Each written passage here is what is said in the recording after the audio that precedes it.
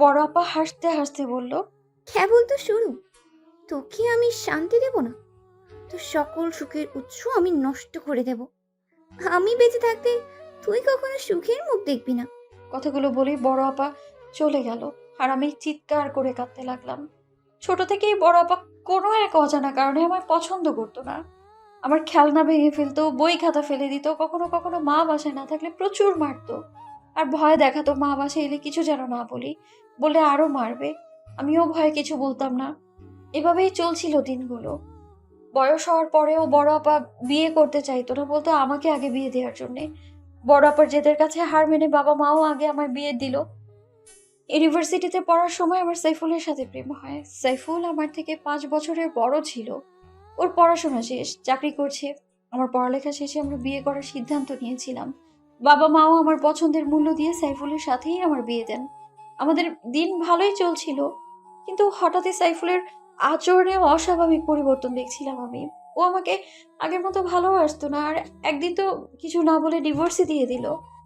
আমি এর কারণ জিজ্ঞেস করলেও উত্তরটা পাইনি। এখন আমার মনে হয় সেই উত্তরটা আমি পেয়ে গিয়েছি। বাবা মা আপাকে চিরজীবনের জন্য ত্যায্য করেছে। সে আর এই বাড়িতে আসতে পারবে না। তাতেও কি আমার কষ্ট কমবে? আপা আমার ভালোবাসার মানুষটাকে কেড়ে নিয়েছে আমার কাছ থেকে। আর সাইফুল, সে কি করে এটা পারলো? ওর কি আমার কথা একটুও মনে পড়েনি? আমাদের এত সুন্দর সাজানো স্বপ্ন এইভাবে ভেঙে ফেললো? একটুও মায়া হয়নি? নিজের হাতে ধারালো ব্লেডের ছোঁয়া দিতে দিতে এসবই ভাবছিল মিলাত। হঠাৎই মিনারা বেগম মেয়ের রুমে প্রবেশ করতেই দেখতে পেলেন মেয়ের নিথর শরীর মেঝেতে পড়ে আছে, আর বাম হাতে রক্তের ধারা বইছে। মিনারা বেগম চিৎকার করে স্বামীকে ডাকলেন। হারুন সাহেব মাগরিবের নামাজ পড়ে মাত্রই বসেছিলেন। তৎক্ষণাৎ স্ত্রীর আত্মচিৎকারে দৌড়ে যান মেয়ের ঘরে। মিনারা বেগম পাগলের মতো কাঁদছেন, আর মেয়ের হাতের রক্ত বন্ধ করার চেষ্টা করছেন। এই অবস্থা দেখে হারুন সাহেব কাঁপা কাঁপা হাতে অ্যাম্বুলেন্সকে কল করলেন দ্রুত। ডক্টর অনুরূপ, দ্রুত আসুন। একটা পেশেন্ট এসেছে, অবস্থা খুবই ক্রিটিক্যাল, সুইসাইড কেস। একজন নার্সের বলা কথায় অনুরূপ দ্রুত নিজের কেবিন ছেড়ে বেরিয়ে এলো নার্সের পেছনে। মিলাদকে আইসিইউতে নেওয়া হয়েছে, রক্ত ঝরছে অনেক, অবস্থা খুবই খারাপ। এক ব্যাগ বি নেগেটিভ রক্তের প্রয়োজন। ব্লাড ব্যাংকে আপাতত বি নেগেটিভ রক্ত নেই। হারুন সাহেব নিজের পরিচিত সবার কাছে খোঁজ করেও বি নেগেটিভ রক্তের সন্ধান করতে পারল না। এদিকে মেয়ের শোকে কাঁদতে কাঁদতে পাগল হওয়ার দশা মিনারা বেগমের। বন্ধুর মেয়েকে দেখতে এসেছে রেবান। যাওয়ার সময় হাসপাতাল করিডরে এক মধ্যবয়স্ক মহিলাকে কাঁদতে দেখে এগিয়ে গেল সে। মহিলাটির মুখোমুখি বসে নরম গলায় বলে উঠল, আপনি কাঁদছেন কেন? মিনারা বেগম চোখ তুলে চাইল ঠিকই, কিন্তু কান্নার দমকে কথা বলতে পারছেন না। তখনই চিন্তিত দুশ্চিন্তাগ্রস্ত গলায় পেছন থেকে হারুন সাহেব বলে উঠলেন, কোথাও পাচ্ছি না, কোথাও না। এখন কি করব আমি? ওনার কথা শুনে মিনারা বেগম কান্নার বেগ আরো বেড়ে গেল। রিভান উঠে গিয়ে হারুন সাহেবের সামনে দাঁড়িয়ে বলল। কি হয়েছে আপনাদের? হারুন সাহেব মলিন গলায় বললেন, বি নেগেটিভ রক্ত প্রয়োজন, না হলে আমাদের মেয়েকে বাঁচানো যাবে না। বলতে বলতেই কেঁদে ফেললেন তিনি। রেভান সান্ত্বনার স্বরে বলল, আঙ্কেল, আপনি শান্ত হন। আমার বি নেগেটিভ রক্ত, আমি রক্ত দিতে পারবো। রেবানের কথা শুনে স্বামী স্ত্রী দুজনের মধ্যেই আশার আলো ফুটে উঠল। অবশেষে রক্তের জোগাড় করা গেল। রক্ত দেওয়া শেষ। রিবান যখন চলে যাচ্ছিল তখন মিনারা বেগম ওর হাত ধরে বলল, বাবা, তুমি না থাকলে হয়তো মেয়েটাকে বাঁচাতে পারতাম না। তোমার শুক্রিয়া আদায় কিভাবে করব জানি না।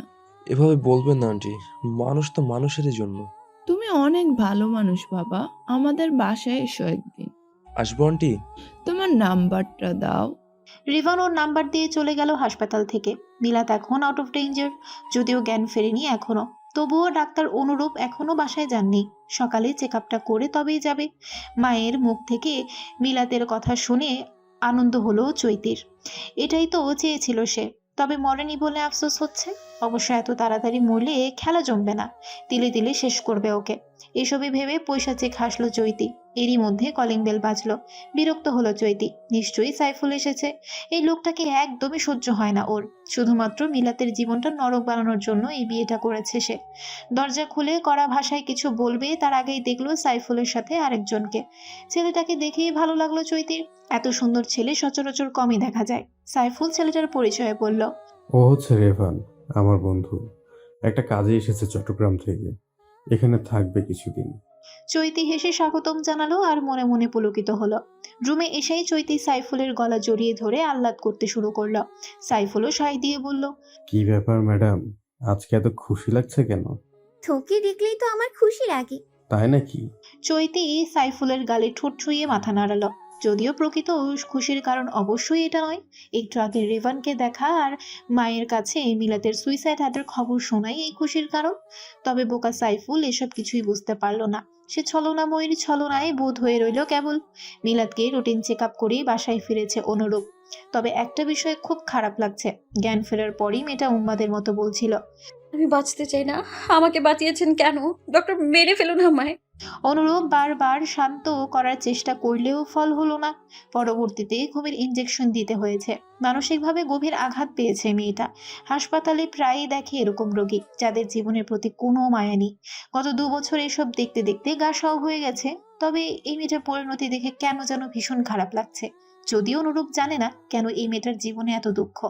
দুপুরের খাবার টেবিলে সাজিয়ে রেখে প্রথমে রিভানকে ডাকতে গেল চৈতি। রুমের সামনে দাঁড়িয়ে নক করে বলল, আসবো? ট্রাউজার পরে টি শার্ট পরতেই যাচ্ছিল, তখনই চৈতির গলা পেয়ে বলল। 1 মিনিট। চৈতি হাসলো, বুঝতে পারলো চেঞ্জ করছে হয়তো। ও কি দেবে? না থাক, খারাপ ভাবতে পারে। প্রথমেই বাজে ইমপ্রেশন তৈরি করা যাবে না। এমন কাণ্ড করবে যে মালটা নিজে এসে ধরা দেবে। আপন মনেই হাসলো চৈতি। রিভান টি শার্টটা গায়ে গলিয়ে দরজা খুলল। সাহসে বলল, জি ভাবি, বলুন। দুপুরের খাবার খেতে আসুন, আপনার বন্ধু অপেক্ষা করছে। আসছি ভাবি। চৈতি মাথা নেড়ে চলে গেল। রিভান রুমে এসে চুলের পানিটা ভালো মতো মুছে নিয়ে ডাইনিং রুমে খেতে চলে গেল। সাইফুল আর চৈতি আগেই বসেছিল। রিভান গিয়ে বসতেই সাইফুল বলল, আজকের এইসব রান্না তোর ভাবি করেছে। ওর হাতের রান্না কি যে মজা! রিভান হেসে বলল। তাই নাকি? তাহলে তো ভালোই। তোর কপাল খুলে গেল ভাবির মতো বউ পেয়ে। রিভানের কথা শুনে সাইফুল গর্ববোধ করলো। তার মানে মিলাদকে ডিভোর্স দেওয়া ভুল সিদ্ধান্ত ছিল না। কোনো অংশেই মিলাদ চৈতির মতো হতে পারবে না। কোনো দুঃখে যে মিলাদকে পছন্দ করেছিল সাইফুল বুঝতে পারে না। খেতে খেতেই রিভান বলল, তোদের তো অনেক দিনের প্রেম ছিল, তাই না? বলেছিলি আমাকে। রিভানের কথা শুনে থতমেত খেলো সাইফুল, কারণ ওকে চৈতির কথা নয় মিলাদের কথা বলেছিল। আর ও এখন চৈতিকেই মিলাদ ভাবছে। সাইফুল কিছু বলতে যাবে তার আগেই চৈতি হেসে বলল, হ্যাঁ ভাইয়া, ওর আর আমার অনেক দিনের প্রেম, গভীর প্রেম। রিভান হাসলো চৈতির কথা শুনে। এরপর খাওয়ায় মনোযোগ দিল। সাইফুল চৈতির দিকে তাকাতেই বুঝলো ও এখানে মিলাতের ব্যাপারে কোনো কথা শুনতে চায় না। তাই আর কিছু বলল না, চুপ করে খেতে থাকলো। পুরো ওয়ার্ডে হইচই পড়ে গেছে। 327 নম্বর কেবিনের রোগীকে পাওয়া যাচ্ছে না। রোগীর নাম মিলাদ বিনতে হারুন, বয়স 24, উচ্চতা 5 ফিট 3 ইঞ্চি। রোগীর মা কাঁদতে কাঁদতে জ্ঞান হারিয়েছেন আর রোগীর বাবা দিক বিদিক ছুটছেন মেয়ের খোঁজে। হঠাৎ হাসপাতালের একজন ওয়ার্ড বয় এসে বলল বিল্ডিং এর ছাদের রেলিং এর উপর মিলাদ দাঁড়িয়ে আছে। সবাই বুঝে গেল ও আবার সুসাইড করার চেষ্টা করছে। কেউ কেউ ছাদে যেতে চাইলেও লাভ হলো না। ভেতর থেকে দরজা বন্ধ করে রেখেছে মিলাদ। হাসপাতালের সামনে ইতিমধ্যে অনেক মানুষের উপস্থিতি। সবাই বলছে নিচে নামার জন্য, কিন্তু মিলাদ কারো কথাই শুনছে না। দাঁড়ানো থেকে রেলিং এর উপর বসে উদাস দৃষ্টিতে আকাশের দিকে চেয়ে রইল। অনুরূপ হাসপাতালে আসার জন্য তৈরি হচ্ছিল। ঠিক তখনই একটা ফোন কল এলো। ওপাশ থেকে জানা গেল গতকাল সুইসাইড অ্যাটেম্প্ট করা মেয়েটা আবারও সুইসাইডের চেষ্টা করছে। জেনে দ্রুতই বেরিয়ে পড়লো ও, আর মনে মনে প্রার্থনা করলো কোনো খারাপ কিছু যেন না হয়। হাসপাতালে পৌঁছে ছাদের দিকে চোখ গেল অনুরূপে। মেয়েটা এখনো একই জায়গায় বসে আছে। মেয়েটার বাবা কাঁদতে কাঁদতে তাকে নামতে বলছেন। অনুরূপ অন্য কিছু ভাবলো, কিভাবে মেয়েটাকে নামানো যায় ওখান থেকে। ছাদের দরজা ভাঙা ছাড়া উপায় নেই। তবে রোগীর মানসিক অবস্থা ভালো না, এমন করলে যদি লাফ দেয় তাহলে তো সব শেষ। 10 তলার বারান্দা থেকে যদি ছাদে ওঠা যায় কোনোভাবে তাহলেই হবে, কিন্তু এটা অনেক রিস্কের ব্যাপার। সিনিয়র ডাক্তার নার্সকে বিষয় দিচ্ছে না এই ব্যাপারে। অনুরূপ সবাইকে শান্ত করে বলল সে একবার চেষ্টা করে দেখবে। এভাবে কাউকে চোখের সামনে মরতে দেখতে পারবে না কিছুতেই। অবশেষে সবাই নিমরাজি হলো। 10 তলার বারান্দা থেকে পানির পাইপ লাইন বেয়ে বহু কষ্টে উপরে উঠে এলো অনুরূপ। ডাক্তারি পড়তে আসার আগে বাবার ইচ্ছায় একবার আর্মিতে যোগ দিয়েছিল সে, কিন্তু 1 বছর পরে পালিয়ে এসেছিল। এত ট্রেনিং নিতে পারছিল না। তবে জীবনের এই পর্যায়ে এসে এসব কাজে লাগবে একবারও ভাবেনি অনুরূপ। ছাদে আলো নেই। চারপাশ থেকে আসা আবছা আলোয় অনুরূপ দেখতে পেল ছাদের রেলিং এর উপর স্থির চিত্তে বসে আছে একটি মেয়ে। চুপচাপ ওর দিকে এগোচ্ছিল, কিন্তু হঠাৎ মেয়েটা উঠে দাঁড়ালো, হয়তো এখনই লাফ দেবে। বুকের ভেতরটা ছলকে উঠল অনুরূপের। এত কাছে এসেও কি মেয়েটাকে বাঁচাতে পারবে না? পায়ের গতি বাড়িয়ে দিল অনুরূপ। প্রায় দৌড়ে এসে মিলাতের হাত চেপে ধরল।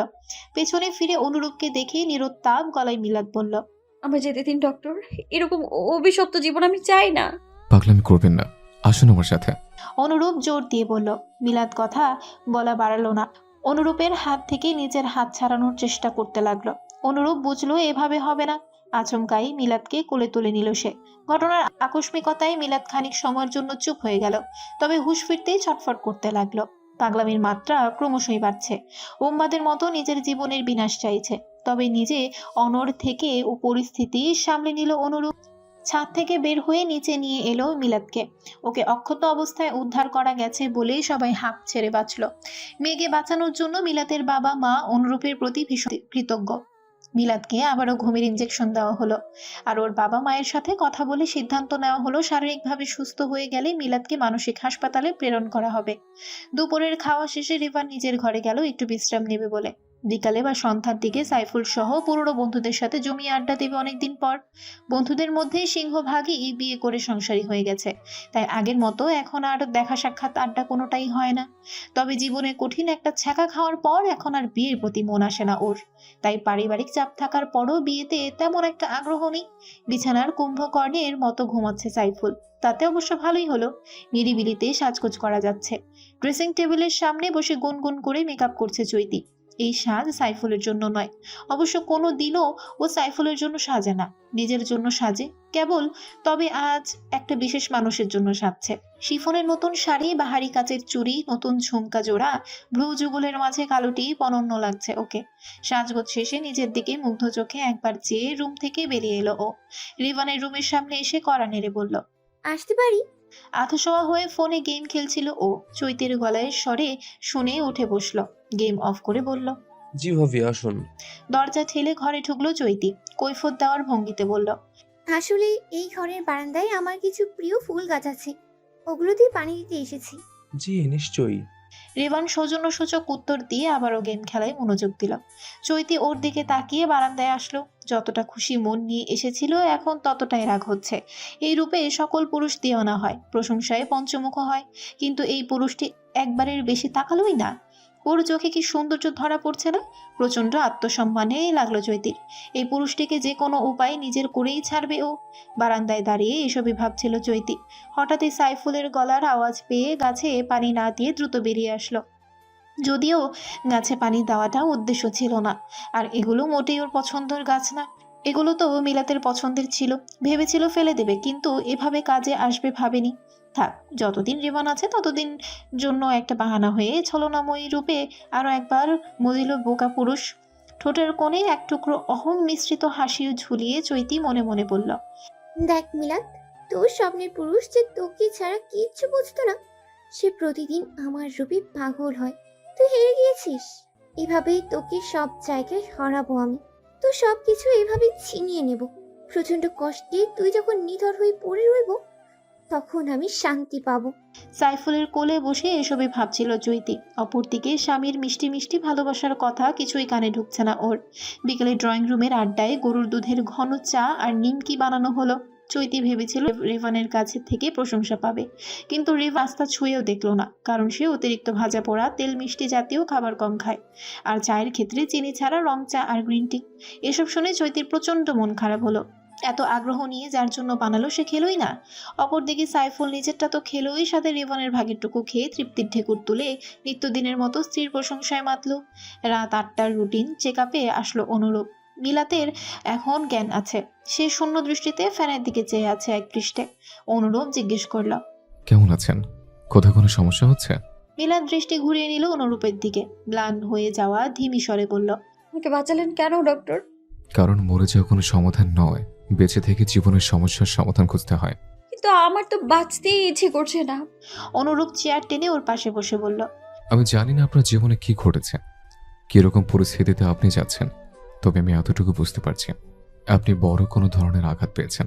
দেখুন, জীবন কখনোই সমান্তরাল না, দুঃখ কষ্ট আসবেই, তাই বলে থেমে যাওয়া যাবে না, হেরে যাওয়া যাবে না। কিন্তু আমি তো হেরে গেছি। না, আপনি হারেননি। প্রতিদিন নিজের সব দুঃখ কষ্টের সাথে যুদ্ধ করে বেঁচে থাকার মতো সার্থকতা আর হয় না। বেঁচে থাকে জীবনের সবচেয়ে বড় সার্থকতা। একটু থেমে অনুরূপ আবার বলল, মা বাবাকে কষ্ট দিন না, আপনার জন্য তারা পাগল প্রায় হয়ে গেছেন। তারপর চেক আপ শেষে চলে গেল অনুরূপ। রেভান আর সাইফুল রাত 10টায় বাসায় ফিরল। চৈতি ওদের জন্য অপেক্ষা করে আছে। ওরা ফিরতেই বলল, হাত মুখ ধুয়ে খেতে আসুন আপনারা। রেভান চৈতিকে থামিয়ে দিয়ে বলল, আমি আড্ডাই খেয়ে এসেছি। সাইফুল তেমন খায়নি, ওকে খাবার দিন। আমার ক্লান্ত লাগছে, আমি একটু ঘুমাবো। এই বলেই রেভান চলে গেল নিজের ঘরে। রাগে ফুঁসছে চৈতি। এভাবে হচ্ছে না, তাই ভয়ঙ্কর এক সিদ্ধান্ত নিল ও। আজ রাতে রেভানকে নিজের করেই ছাড়বে। বেশি অপেক্ষা আর সহ্য হয় না ওর। চৈতির রূপে পাগল হবে না এমন কোনো পুরুষ আছে নাকি? সাইফুলের খাবারের সাথে ঘুমের ওষুধ মিশিয়ে দিয়েছিল ও। বেচারা এখন গভীর ঘুমে আচ্ছন্ন। এদিকে তার বউ সাজছে পরপুরুষের জন্য। মিলাতের গোলাপ ফুল পছন্দ, তাই বারান্দার টবে হরেক রকমের গোলাপ গাছ লাগিয়েছিল ও। সেখানে বেশ অনেকগুলো গোলাপও ফুটে আছে। সবগুলো গোলাপ নিজে হাতে সংগ্রহ করে গোলাপের পাপড়িগুলো গোসলের জন্য রাখা হালকা উষ্ণ পানিতে ছেড়ে দিল। এবার উত্তম রূপে গোসল করে মনের মতো সাজবে নিজের পছন্দের পুরুষের জন্য। এভাবে কখনোই সাইফুলের জন্য নিজেকে তৈরি করেনি সে, আর করবেই বা কেন? যে মানুষটা শুধুই খেলার গুটি, তার জন্য কিসের সাজসজ্জা? রেভান ঘুমানোর প্রস্তুতি নিচ্ছে। কাল পাসপোর্ট অফিসে গিয়ে মায়ের পাসপোর্টটা বানাতে হবে। তারপর ভাবি বোন মায়ের জন্য কিছু কেনাকাটা করবে। সন্ধ্যায় ক্লায়েন্টের সাথে মিটিং করে রাতের ট্রেনে চট্টগ্রাম ফিরবে। মোটামুটি কালকের দিনের প্ল্যান সাজিয়ে শুয়ে পড়ল ও। হঠাৎ কল এলো ফোনে। ছোট বোন নাইমা ফোন করেছে। রেভান মৃদু হাসলো। পাগলিটা আবার কোনো বায়না করবে নিশ্চিত। আসার সময়ও লম্বা লিস্ট দিয়েছে। ফোন রিসিভ করে কিছু বলার আগে ওপাশ থেকে ছোট বোনের ভয়ের তো গলা শুনে কপালে চিন্তার ভাঁজ ফুটে উঠল। কাপা স্বরে নাইমা বলে, ভাইয়া বাঁচাও আমাকে, আমি কি করব বুঝতে পারছি না। মাইফিকের সাথে পালানোর জন্য বাসা থেকে বেরিয়েছিলাম, কিন্তু ওর উদ্দেশ্য যাও খোলা, বারান্দাও নেই, তাহলে গেল কোথায়? চৌতি ক্রোধে পাগল হয়ে গেল মুহূর্তেই। কি করবে এখন? এই ছেলেটাকে ধরা ছোঁয়া যাচ্ছে না কেন? কমলাপুর রেল স্টেশনে এসে থামলো ট্রেন। কথা মতো নাইমা ট্রেন থেকে নামার আগে ভাইকে ফোন করলো। রেভান রিসিভ করে ফোনটা লাউড স্পিকারে দিয়ে বুঝতে চেষ্টা করলো কোথায় আছে ওরা। ভাই যেন ও সহজেই বুঝতে পারে, তাই ও ইচ্ছে করে মাশফিককে নানান রকম প্রশ্ন করছে। কিন্তু মাশফিক কোনোটার উত্তর দিচ্ছে তো কোনোটার উত্তরে ধমকে উঠছে। রেভান বুঝে গেছে ওরা কোথায়। দ্রুত গতিতেই ছুটছে সেদিকে। স্টেশনে জটলা বেঁধে গেছে। এত রাতেও অনেক মানুষ ঘিরে দাঁড়িয়ে আছে ওদের। অতপর রেল মাস্টার এসে রেভানের হাত থেকে ছুটিয়েছে মাশফিককে। রেভান এখনো রক্তচক্ষু নিয়ে ফুঁসছে। দু একটা মার যে সেও খায়নি তেমন না, আঘাতে ঠোঁট কেটে গেছে। আর মাশফিকের অবস্থা তো আরো করুণ।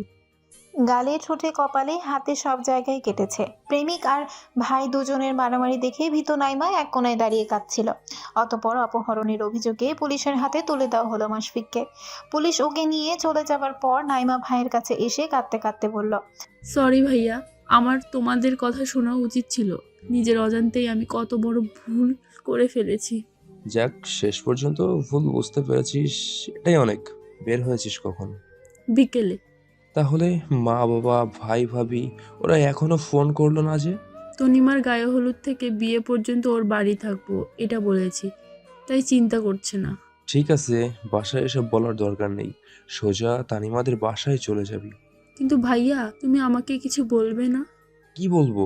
তুই তো নিজের ভুল বুঝতে পেরেছিস। আশা করছি শিক্ষা হয়ে গেলে এমন ভুল দ্বিতীয়বার করবি না। নাইমা কান্না ফুলে ভাইকে জড়িয়ে ধরে বলল, আই লাভ ইউ ভাইয়া। হয়েছে, ন্যাকামি করতে হবে না আর। রাতের শেষ ট্রেনের টিকিট করে দিয়ে বোনকে আবার চট্টগ্রামের উদ্দেশ্যে পাঠিয়ে দিল রেবান। তারপর আবার সাইফুলদের বাসায় পথ ধরল। ঘণ্টাখানেক রেবানের জন্য অপেক্ষা করেও যখন রেবান এলো না, তখন রাগে নিজের ঘরে এসে শাওয়ারের নিচে দাঁড়িয়ে নিজেই নিজের চুল টানতে লাগলো চৈতি। এভাবে কতক্ষণ ভিজেছে ওর মনে নেই। ঠান্ডায় যখন শরীর কেঁপে উঠলো, তখন শাওয়ার অফ করে কোনো রকম বাথরোব জড়িয়ে সাইফুলের পাশে গিয়ে শুয়ে পড়ল। রেভান যখন সাইফুলদের বাসায় পৌঁছলো তখন মধ্যরাত। ভাগ্যিস দরজার চাবিটা নিয়ে বেরিয়েছিল, না হলে এখন কে খুলতো দরজা? ঘরে ঢুকে সোজা নিজের রুমে এসে শুয়ে পড়ল ও। সাইফুলের পাশে শুয়ে আধ ঘুমে রেভানের আসার শব্দটা শুনল চৈতি। শরীরটা ক্রমশ গরম হয়ে উঠেছে। চোখের কোণায় অবজ্ঞার জল। জীবনেও কোনো পুরুষ ওকে অবজ্ঞা করেনি। যাকে চেয়েছে তাকেই পেয়েছে। পুরুষেরা নিজেই ওকে ধরা দিত, ওর কসরত করতে হয়নি। কিন্তু এই পুরুষটি যেন ওকে দেখেও দেখছে না। রেভান সকালে ঘুম ভাঙার পর রুম থেকে বেরিয়ে দেখলো ডাইনিং টেবিলে বসে চা খাচ্ছে সাইফুল। ওকে দেখে সহাস্যে বলল, কিরে বন্ধু, আয় বস। তোর ভাবি তো আজকে অসুস্থ, আজকে নাস্তা আমি বানিয়েছি। রেভান এসে পাশের চেয়ারে বসে বসে বলল, কি হয়েছে ভাবির? কাল রাতে ঠান্ডা পানি দিয়ে গোসল করেছে, তাই এই অবস্থা। কত বলি নিজে শরীরের যত্ন নাও, কিন্তু শোনে না আমার কথা। ঔষধ খেয়েছে? হ্যাঁ, নাস্তা করিয়ে ওষুধ খাইয়ে দিয়েছি, এখন আবার ঘুমাচ্ছে। তুইও নাস্তা খেয়ে নে, আমি আবার অফিস যাব। রিভন মাথা নাড়ল। একবার ভাবলো কাল রাতের ঘটনাটা বলবে, কিন্তু পরে মনে করলো এসব কথা এত ছড়ানো উচিত হবে না। বোনের ভবিষ্যতের প্রশ্ন। সাইফুল চা শেষ করে উঠবে এমন সময় কলিং বেল বাজলো। উঠে গিয়ে দরজা খুলতেই গালের উপর ভারী কিছুর আঘাত অনুভব করলো। হতভম্ব হয়ে সামনে চাইতে দেখলো প্লাস্টিকের একটা জুতো এক হাতে উঁচু করে ধরে রণচণ্ডী হয়ে দাঁড়িয়ে আছে মিলাত। মিলাতের পেছনে অনুরূপ হতভম্ব হয়ে দাঁড়িয়ে আছে। মেয়েটা এমন কিছু করবে ও ভাবতেই পারেনি। আজ সকালে রুটিন চেক আপ শেষে চেম্বারে আসতেই একজন নার্স দ্রুত এসে খবর দিলেন। 327 নম্বর কেবিনের রুগী ওষুধ খেতে যাচ্ছে না কিছুতেই। তার বাবা মাও নেই এখন, তারা 1 ঘন্টা পর আসবেন। এখন আমরা কি করব ডক্টর? নার্সের কথা শুনে অনুরূপ 327 নম্বর কেবিনে আবারও ছুটে গেল। ঘটনা সত্যি, মেয়েটা কিছুতেই ওষুধ খেতে চাচ্ছে না। ওর বিছানার পাশে একটা চেয়ার টেনে বসলো অনুরূপ। তারপর শান্ত স্বরে বলল, কোনো সমস্যা হচ্ছে? আমাকে সবটা খুলে বলুন মিস। মিলাত অনুরূপের দিকে চেয়ে নির্বিকার স্বরে বলল, আমার ওষুধ খেতে ইচ্ছে করছে না। তাহলে এখন কি করছে আপনার? আমাকে বলুন, আমি চেষ্টা করব আপনার ইচ্ছে পূরণ করার। মিলাত অনুরূপের দিকে কিছুক্ষণ এক দৃষ্টিতে চেয়ে থেকে বলল, এই মুহূর্তে আমি একজনের সাথে দেখা করতে চাই। যদি আপনি আমাকে তার কাছে নিয়ে যান তবেই আমি ওষুধ খাবো। কিন্তু আপনার শারীরিক অবস্থা এখন অতটা ভালো নয়। আমি পারবো, আমায় নিয়ে যান। আচ্ছা, আপনার বাবা মা আসুক, তাদের বললে তারা নিয়ে যাবে। না, আপনাকেই নিয়ে যেতে হবে। আমি আর কারোর সাথে যাব না। কেন?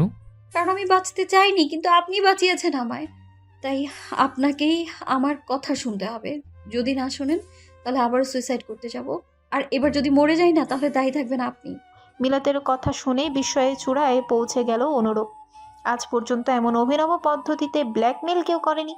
অগত্যা মেয়েটির কথায় রাজি হয়ে ওর কথা মতো অনুরূপ একটা বাড়ির সামনে গাড়ি থামালো। মিলাত গাড়ি থেকে নেমে কোনো কথা না বলে দ্রুত বাড়িটির দোতলায় উঠে গেল। ওর হাতে একটা শপিং ব্যাগও ছিল।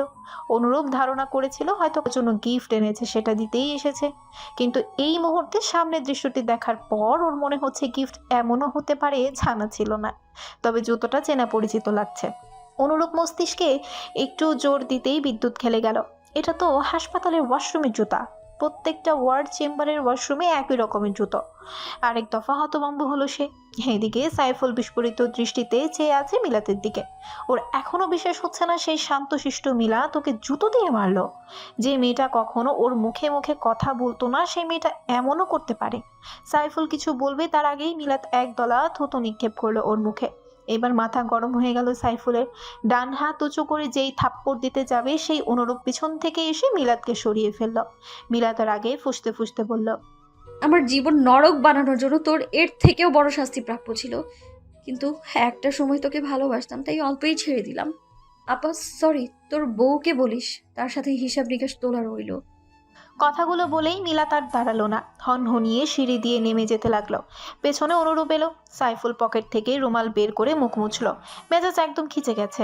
ডাইনিং রুম থেকে সব দেখা যায় বলে এতক্ষণ কিচ্ছু বলেনি, সব চুপচাপ সহ্য করে গেছে। আজকে যদি রেভান না থাকতো তাহলে ওই মেয়েকে এমন শিক্ষা দিত যে এই রকম কাজ করার আগে 200 বার ভাবতো। থাক, সমস্যা নেই, তোলা রইল। কোনো একদিন সুদে আসলে ফেরত দেওয়া যাবে। ডাইনিং রুমে ফিরে আসতে আসতে এইসবই ভাবছিল সাইফুল। ওকে দেখে রেভান জিজ্ঞেস করলো, কে এসেছিল রে? ভিক্ষুক। ও আচ্ছা, তুই বের হবি কখন? চৈতিকে একটু দেখে আসি, তারপরেই বের হব। আচ্ছা, আমি নাস্তাটা করে ফেলি, আমিও বের হব। আজ সারাদিন কাজ আছে। সাইফুল আর রেভান একসাথেই বের হলো। গাড়িতে উঠেই কেঁদে ফেলেছিল মিলাত। অনুরূপের কৌতূহল জাগলো এই অদ্ভুত মেয়েটির প্রতি।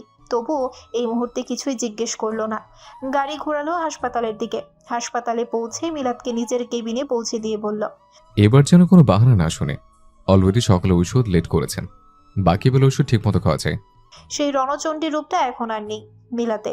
শান্ত মেয়ের মতো মাথা নেড়ে সায় দিল সে, আর বলল, প্লিজ আজকের ঘটনাটা বাবা মাকে বলবেন না। অনুরূপ মাথা নাড়ল। তারপর কেবিন থেকে বেরিয়ে নিজের চেম্বারে ফিরে গেল। এখনও বাসায় যাবে, তবে কিছুতেই মেয়েটির ভাবনা মাথা থেকে যাচ্ছে না। কৌতূহল বাড়ছে। একটু বেলা করে ঘুম থেকে উঠল চৈতি। এখন শরীরটা ভালো লাগছে একটু। রিভানের ঘরে গিয়ে দেখলো সে সেখানে নেই, তবে তার ব্যাগ আছে, তার মানে যায়নি এখনো। চৈতি গিয়ে ওর বিছানায় চিত হয়ে শুয়ে পড়ল। ইস, কি শান্তি লাগছে। জীবনে প্রথমবার সত্যিকারের ভালোবাসা অনুভব করতে পারছে ও। তবে এই ভালোবাসা কি আদৌ কপালে আছে? না, যে কোনো মূল্যে এই পুরুষটিকে তার চাইই চাই, তা না হলে নারী জীবন বৃথা। রেভান সবার জন্য টুকটাক কেনাকাটা করে বের হতেই ওর মা সালেহা বেগম ফোন করলেন। রিসিভ করতেই তিনি বললেন, কি করছিস রে? শপিংয়ে এসেছিলাম মা। ফিরছিস কবে? আজ রাতেই। শোন না, একটা কথা বলতাম তোকে। বলো। নাইমার জন্য একটা ছেলে পছন্দ করেছে তোর মামা। ছেলেটা ডাক্তার, ঢাকার একটা নামকরা হাসপাতালে আছে। দেখতেও ভালো। তোকে ছবি আর বায়োডাটা দিয়েছি, একটু দেখা আয় না ছেলেটাকে। মা, নাইমা সবে অনার্স ফার্স্ট ইয়ারে, এখন কি দরকার বিয়ের? তুই বুঝবি না, আর ভালো ছেলে সবসময় পাওয়া যায় না, আর দেখলেই তো বিয়ে হচ্ছে না, জানা বাপ। রিভান অতিষ্ঠ হয়ে বলল। আচ্ছা যাবো। আরও কিছু টুকটাক কথা সেরে ফোন রাখতেই দেখলো মা ছেলের ছবি বায়োডাটা দিয়ে বসে আছে। নিতান্তই অনাগ্রহে এর সাথে ছবিটা দেখলো রেভান। চেহারা তো ভালোই। ছেলের নাম কি? ও আচ্ছা, অনুরূপ চৌধুরী। রেভান পুরো বায়োডাটা পড়ল। ভালোই মনে হচ্ছে, দেখে আসা যায়। ভাবনা অনুযায়ী হাসপাতালের দিকে রওনা দিল ও। অনুরূপের সাথে দেখা করতে এসেছিল রেভান, তবে পারেনি, কারণ অনুরূপের আজ ছুটি। ওকে কাল সকালে পাওয়া যাবে, কিন্তু কাল সকাল পর্যন্ত একদমই সময় নেই রেভানের। আজ রাতেই ফিরতে হবে। যাই হোক, ও তো এসেছিল, এখন না পাওয়া গেলে কি আর করার। বিকেলেই ডিসচার্জ দেওয়া হলো মিলাদকে। ও নিজেই থাকতে চাইছে না আর হাসপাতালে। যদিও ওকে আরও একদিন থাকতে বলা হয়েছিল, কিন্তু মিলাদ রাজি হয়নি। শারীরিক দিক বিবেচনা করলে ও এখন অনেকটাই সুস্থ আছে ও। বাসায় ফেরার পথে হারুন সাহেব মেয়ের মাথায় হাত রেখে বললেন, কোথাও ঘুরে আসবে? মিলাদ মাথা নেড়ে সম্মতি দিল। ক্লান্ত বিধ্বস্ত মনটা যদি কোথাও গিয়ে শান্তি পায় তাহলে ক্ষতি কি? মিনারা বেগম মেয়ের হাত ধরে নরম গলায় বললেন, তুই এইভাবে ভেঙে পড়িস না মা, তোকে এভাবে দেখতে ভালো লাগে না।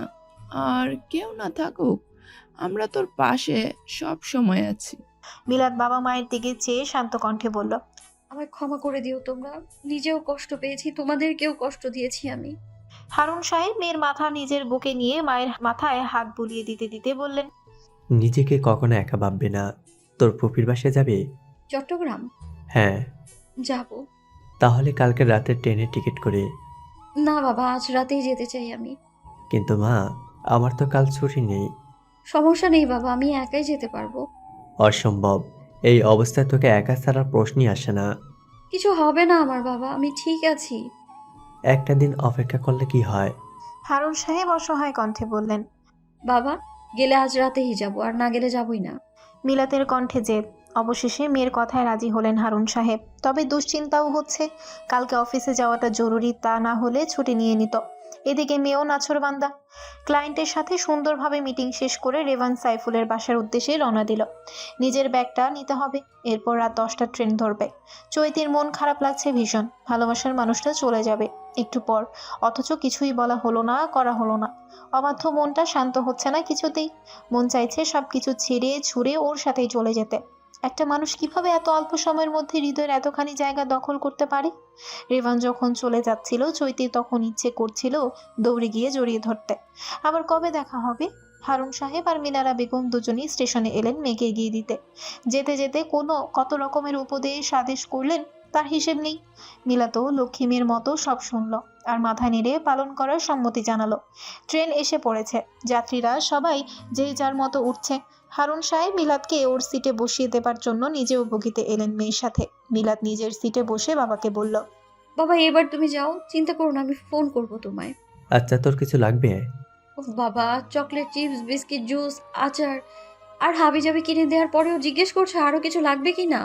ওইদিকে মাও বিরিয়ানি দিয়ে দিয়েছে, কখন খাবো আমি এইগুলো? মিলাদ অসহায় কণ্ঠে বলল।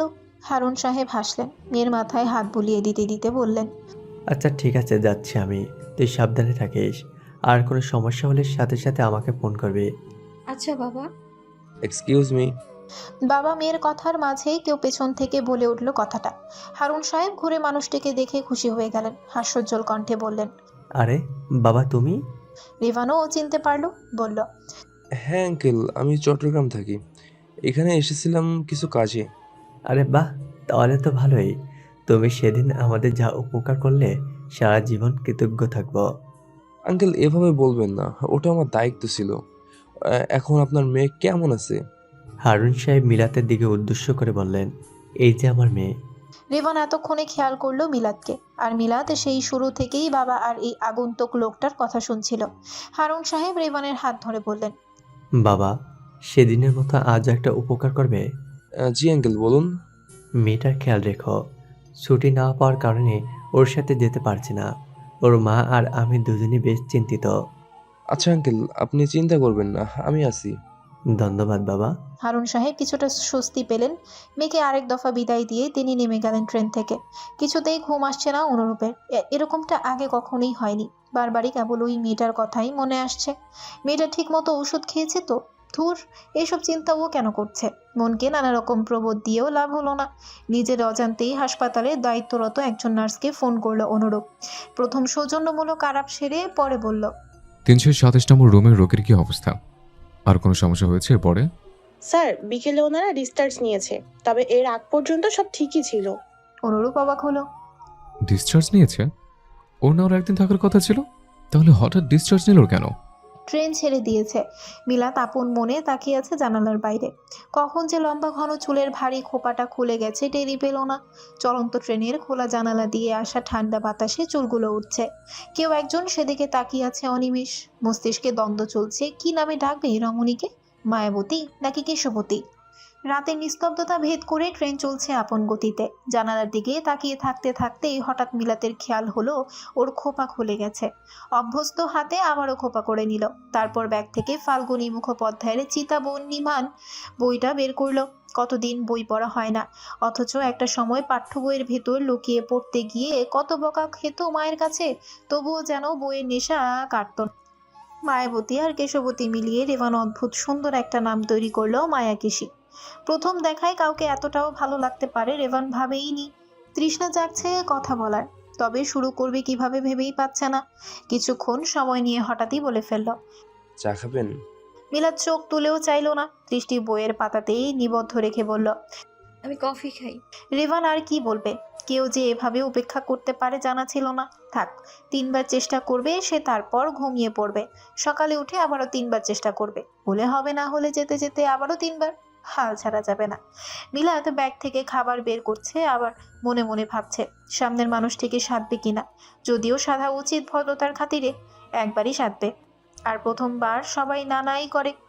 মিলাদ নিজের ভাবনা অনুযায়ী রেভানের দিকে চেয়ে বলল, বিরিয়ানি খাবেন? রেভান রিস্ক নেয়নি, প্রায় সাথে সাথেই বলল। হ্যাঁ। মিলাদ ভাবেইনি ছেলেটা প্রথমবারই হ্যাঁ বলবে। এমনিতেও এতক্ষণ না তাকিয়েও বুঝতে পেরেছিল ছেলেটা ওর দিকেই চেয়েছিল। হয়তো কথা বলার বাহানাও খুঁজছে, কিন্তু পাচ্ছে না, তাই এই তরিকা। যাই হোক, সেতে যেহেতু ফেলেছে এই কিছু করার নেই। তবে সে নিজেকে সংযতই রাখবে। ঘুমানোর সময় সাইফুল চৈতিকে পরম আহ্লাদে জড়িয়ে ধরল। যদিও চৈতি এর একদমই ভালো লাগছে না। রেভানের যাওয়ার পর থেকেই বিষ লাগছে সবকিছু।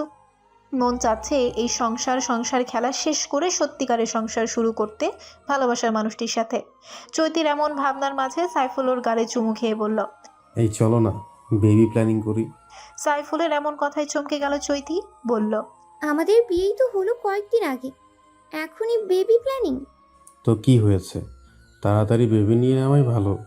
সাইফুলের কথা শুনে চৈতি মনে মনে বলল, আমি আমার ভালোবাসার মানুষের বাচ্চার মা হব, এছাড়া আর কারোর বাচ্চার মা হব না। চৈতির উত্তর না পেয়ে সাইফুল বলল, হানিমুনে যাবে? আমাদের তো এখনো হানিমুন হয়নি। চৈতির হানিমুনে নিয়ে কোনো আগ্রহ ছিল না, তবে এখন হচ্ছে। হানিমুনে যদি চট্টগ্রাম যাওয়া যায় তাহলে রেভানের সাথে আবারও দেখা হবে। আনমনেই খুশি হয়ে উঠল। সাইফুল ওর খুশি দেখে ভাবলো হয়তো হানিমুনে যাওয়ার কথা শুনেই এই আনন্দ। সে চৈতিকে আর একটু শক্ত করে জড়িয়ে ধরে বলল, কোথায় যাবে হানিমুনে? কাশ্মীর? না, চট্টগ্রাম যাব। সাইফুল ভ্রু কুচকে বলল, চট্টগ্রাম? হ্যাঁ, আমি কখনো চট্টগ্রাম যাইনি, আমার অনেক ইচ্ছে চট্টগ্রাম যাওয়ার। তুমি আমাকে নিয়ে যাবে না? বোকা সাইফুল আবারও ছলনাময়ীর ছলনায় আটকে গেল। ওরা সামনের সপ্তাহে চট্টগ্রাম যাবে। 2 কামরার এই ফ্ল্যাটে অনুরূপ একাই থাকে। বাবা মা থাকে চট্টগ্রাম, বাবার পৈতৃক ভিটায়। আজ সকাল সকাল চোখ খুলে হঠাৎ বাবা মাকে দেখে অবাক হয়ে গেল অনুরূপ। সেই সাথে খুশিও হলো। বাবা মাকে সালাম করে বলল, তোমরা হঠাৎ সাত সকালে চলে গেলে যে? অনুরূপের মা কলি বেগম স্নেহের স্বরে বললেন, মা রে, তোকে দেখতে ইচ্ছে করে না আমাদের? তাহলে আমাকেই বলতে, আমিও চলে যেতাম। আমিনুল হক হেসে বললেন। কেন রে বাবা, তোর বাসায় আসায় খুশি হসনি? অনুরূপ বাবাকে জড়িয়ে ধরে বলল। অনেক খুশি বাবা, কিন্তু তোমরা দুজনে অসুস্থ, বেশি দূর জার্নি করা নিষেধ তোমাদের। তবে এই পাগলামিগুলো কেন করো? তো করবো না, একটা মাত্র ছেলে আমাদের, তোমাকে ঘিরেই তো সব পাগলামি আমাদের। কলি বেগম ছেলের গালে হাত রেখে বললেন। হয়েছে হয়েছে, এখন ঘরে গিয়ে রেস্ট নাও। রান্নার খালা একটু পরে আসবে, ততক্ষণে চা বানিয়ে ফেলে আমি। তুই করবি কি করে? তোর মায়ের এখনো রত আছে। ছেলের জন্য সামান্য কিছু করতে পারবো না এমন অকেজে হয়নি। তোর রান্নার খালাকে বল আগামী 2 দিন আসতে না, আমার ছেলেকে আমি রান্না করে খাওয়াবো। আহা মা, কথা শোনো, সারা জীবন তো খাওয়ালেই, এবার একটু আরাম করো। মায়েদের আরাম কিসে জানিস? সন্তানকে চোখের সামনে বসিয়ে খাওয়ানোতে। অনুরূপ হার মানল, তার মা এমনই, ছেলের কষ্ট সহ্যই করতে পারেনি। স্টেশনে ট্রেন থামার পর নিজের জিনিসপত্র নিয়ে নেমে গেল মিলাত। পেছনে রেভানও নামলো। গত রাতে বেশি না হলেও টুকটাক কথা হয়েছে দুজনের মাঝে। রেভান একটা হাই তুলে বলল। ক্ষুধা লাগেনি? নাস্তা করবেন না? এত সকালে খেতে ইচ্ছে করছে না। আচ্ছা, তো হালকা কিছু খান, নয়তো যেতে যেতে ক্ষুধা লাগতে পারে। চা পাওয়া যাবে এখানে? রেভান চোখ পাকিয়ে বলল। আপনার কফি খাবেন? কাল রাতে কথা এড়ানোর জন্য বলেছিল মিলাত, তবে কফির চেয়ে সে চাই পছন্দ করে বেশি। তবুও তো দমে না গিয়ে নিজের গিয়ে সিনা টান করে বলল। হ্যাঁ কফি খাই, কিন্তু চা খাই না, এটা তো বলিনি। কথাটা বলেই মিলাত আর দাঁড়ালো না। স্টেশনের ভেতর একটা টং দোকানের দিকে এগুলো হাসতে হাসতে। রেভানও আসছে ওর পেছনে। অনুরূপের বাবা মা মূলত ছেলের বিয়ের কথা বলতে এসেছেন এখানে। চট্টগ্রামের খানদানি একটা ফ্যামিলিতে বিয়ের কথাবার্তা চলছে ওর। যদিও অনুরূপ জানে না এখনো, জানলেও দ্বিমত করবে না। তাই ছেলের এখানে 2 দিন থেকে ছেলেকে নিয়ে ফিরবে তারা। একেবারে বিয়ে শাদী দিয়ে তবেই ছাড়বে। হালকা নাস্তা সেরে টং দোকান থেকে বের হতেই হারুন সাহেব ফোন করলেন। মিলাত রিসিভ করে বলল। হ্যাঁ বাবা বলো। কোথায় আছিস এখন? স্টেশনে। তোর সাথে ছেলেটা আছে? মিলাত একবার রেভানের দিকে চেয়ে বলল। হ্যাঁ আছে। ছেলেটাকে একটু দে তো। কেন? দরকার আছে, তুই দে। অনিচ্ছা সত্ত্বেও মিলাত ফোনটা রেভানের দিকে বাড়িয়ে বলল। বাবা কথা বলবে। রেভান হাত বাড়িয়ে ফোন নিয়ে সালাম দিয়ে বলল। জি আঙ্কেল, বলুন। বাবা, ও তো সাতকা নিয়ে যাবে ওর পুপির বাসায়। তোমার যদি সময় থাকে ওকে একটু এগিয়ে দিয়ে আসবে। জানোই তো মেয়েটা অসুস্থ, তাই চিন্তা হচ্ছে ভীষণ। আঙ্কেল, আপনি একটু চিন্তা করবেন না, আমি তো আছি। এছাড়া আমার বাড়িও সাতকানিয়াই। বাহ, বেশ ভালো। তোমাকে কি বলে যে ধন্যবাদ দেব?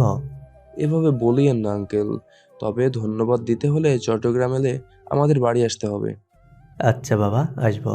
এবার তোমরা সাবধানে যাও। এই বলে হারুন সাহেব ফোন রেখে দিলেন। রেভান মিলাতের ফোন ফিরিয়ে দিয়ে বলল। এর আগে চট্টগ্রাম আসা হয়েছিল? হ্যাঁ 2 বার এসেছিলাম। ও আচ্ছা, একটা কথা জিজ্ঞেস করার ছিল। করুন। আপনি সুইসাইড অ্যাটেম্পট করছিলেন? মিলাত রেভানের দিকে চেয়ে অকপটে বলল। হ্যাঁ। কেন?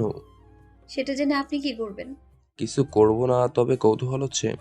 বেশি কৌতূহল ভালো না, নিজের কৌতূহল নিজের মধ্যেই রাখুন। আচ্ছা ঠিক আছে, বলতে হবে না, চলুন যাওয়া যাক। সাইফুল যাওয়ার পর চৈতি নিজের ফোনটা হাতে নিয়ে রেভানের আইডি খুঁজতে বসলো। কিন্তু শুধু রেভান লিখলে আসছে না কাঙ্ক্ষিত ব্যক্তিটির আইডি। এদিকে বংশ পদবিও জানে না। হঠাৎ মনে হলো সাইফুলের আইডির কথা। বন্ধু যেহেতু ওর সাথে এত থাকবেই। চৈতি নিজের আইডি থেকে বের হয়ে সাইফুলের আইডিতে ঢুকলো। খুঁজে খুঁজে রেভানের আইডিটা পেয়েও গেল। জনাবের পুরো নাম তাশাহুদ শিকদার রেভান, খানদানি নাম। চৈতি ওর আইডিতে রিকোয়েস্ট পাঠিয়ে খুশিতে নাচতে লাগলো। টিভিতে ব্যাকগ্রাউন্ড মিউজিক হিসেবে বাজছে ভারতীয় বাংলা গান। নাস্তা করতে বসে কলি বেগম আসল কথাটা পারলেন। ইনিয়ে বিনিয়ে বললেন। হ্যাঁ রে রূপ, কিছু কি ভেবেছিস? কি ভাবো মা? কি ভাববি মানে? বয়স কি কম হলো? 29 চলে, কদিন পর 30 হবে। বিয়ে শাদী কি করবি না? ও আচ্ছা, তো তোমাদের এখানে আসার এই মতলব ছিল? কথা ঘুরাবি না রূপ। মা, বিয়ে শাদী করার ইচ্ছে আমার এখন নেই। তো কি আধবুড়ো হওয়ার পর করবি? আমাদের কি নাতি নাতনি দেখতে ইচ্ছে করে না?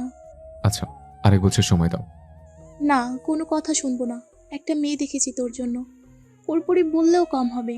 খানদানি বংশের মেয়ে, ছবি। কলি বেগম কথা শেষ করার আগে অনুরূপের কল এলো। এক্ষুনি হাসপাতালে যেতে হবে।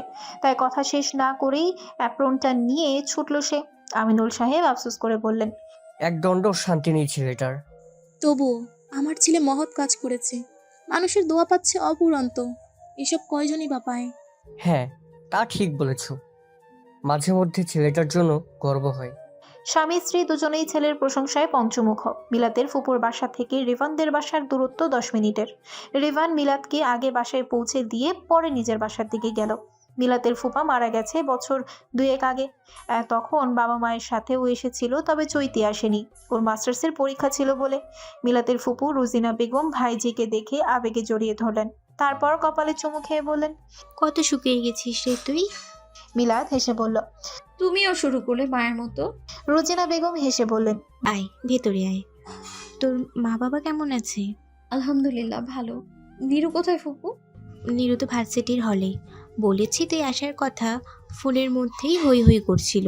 চলে আসবে বোধহয় আজ বিকেলে। মিলাত হাসলো, তারপর বলল, সজীব ভাইয়ের কি অবস্থা? ভালোই। সামনের বছর আসবো দেশে, তখন দেখে শুনে বিয়ে দিয়ে দেব, যেন আজ যেতে না পারে। বলেই হাসলো রুজিনা বেগম।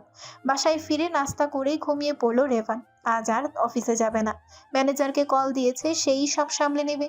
উত্তরাধিকার সূত্রে পারিবারিক ব্যবসা সামলায় সে। বড় ভাই ইউনিভার্সিটির লেকচারার, তার এসব ব্যবসা বাণিজ্য ভালো লাগে না। আর ছোট বোন অনার্স প্রথম বর্ষে পড়ছে কেবল। বিকেলে ঘুম থেকে উঠে ফোনটা হাতে নিল রেভান, কয়টা বাজে দেখার জন্য। স্ক্রিনে চোখ পড়তে মায়া কেশির হাস্যজ্জ্বল মুখটা দেখে অজান্তেই ঠোঁট জোড়া প্রসারিত হলো। আগের প্রেমিক সত্তা কি ফিরে আসছে তাহলে? নীরু আজ আসতে পারেনি, কাল সকালে আসবে, তবে মিলাতের সাথে কথা হয়েছিল বিকালে। মেয়েটা খুশিতে আটখানা হয়ে আছে। মিলাতেরও ভালো লাগলো, আজ অনেক নতুন পরিবেশে ভালোই লাগছে। এদিকে ফুপু কি রেখে কি খাওয়াবে সেটার জন্য উঠে পড়ে লেগেছে। মিলাতের ভালোই লাগছে এমন আহ্লাদীপনা। সারাদিন ফুপুর সাথে থেকে রাত 11টায় নিরুর রুমে এলো ও। এখন থেকে এখানেই ঘুমাবে। শুয়ে ফোনটা হাতে নিতেই একটা অপরিচিত নম্বর থেকে কল এলো। মিলাত প্রথমে ভাবলো রিসিভ করবে না, যদি সাইফুল বা চৈতি হয়। তারপর ভাবলো রিসিভ করে দেখা উচিত। ও রিসিভ করে কানে দিতেই ওপাশ থেকে কেউ বলল, হ্যালো। মিলাত চিনতে পারলো গলার আওয়াজ, অস্ফুটে স্বরে বলল, ডক্টর? অনুরূপ চমকালো। মেয়েটা ওর কণ্ঠস্বর মনে রেখেছে। মনে মনে একটু খুশিও হলো যেন। প্রথমেই জানতেও চাইলো, মিলাত, আপনি কেমন আছেন? আমি এখন ভালো আছি, তবে আপনি আমার নাম্বার পেলেন কোথায়? হাসপাতালের রিসেপশন ডেস্ক থেকে।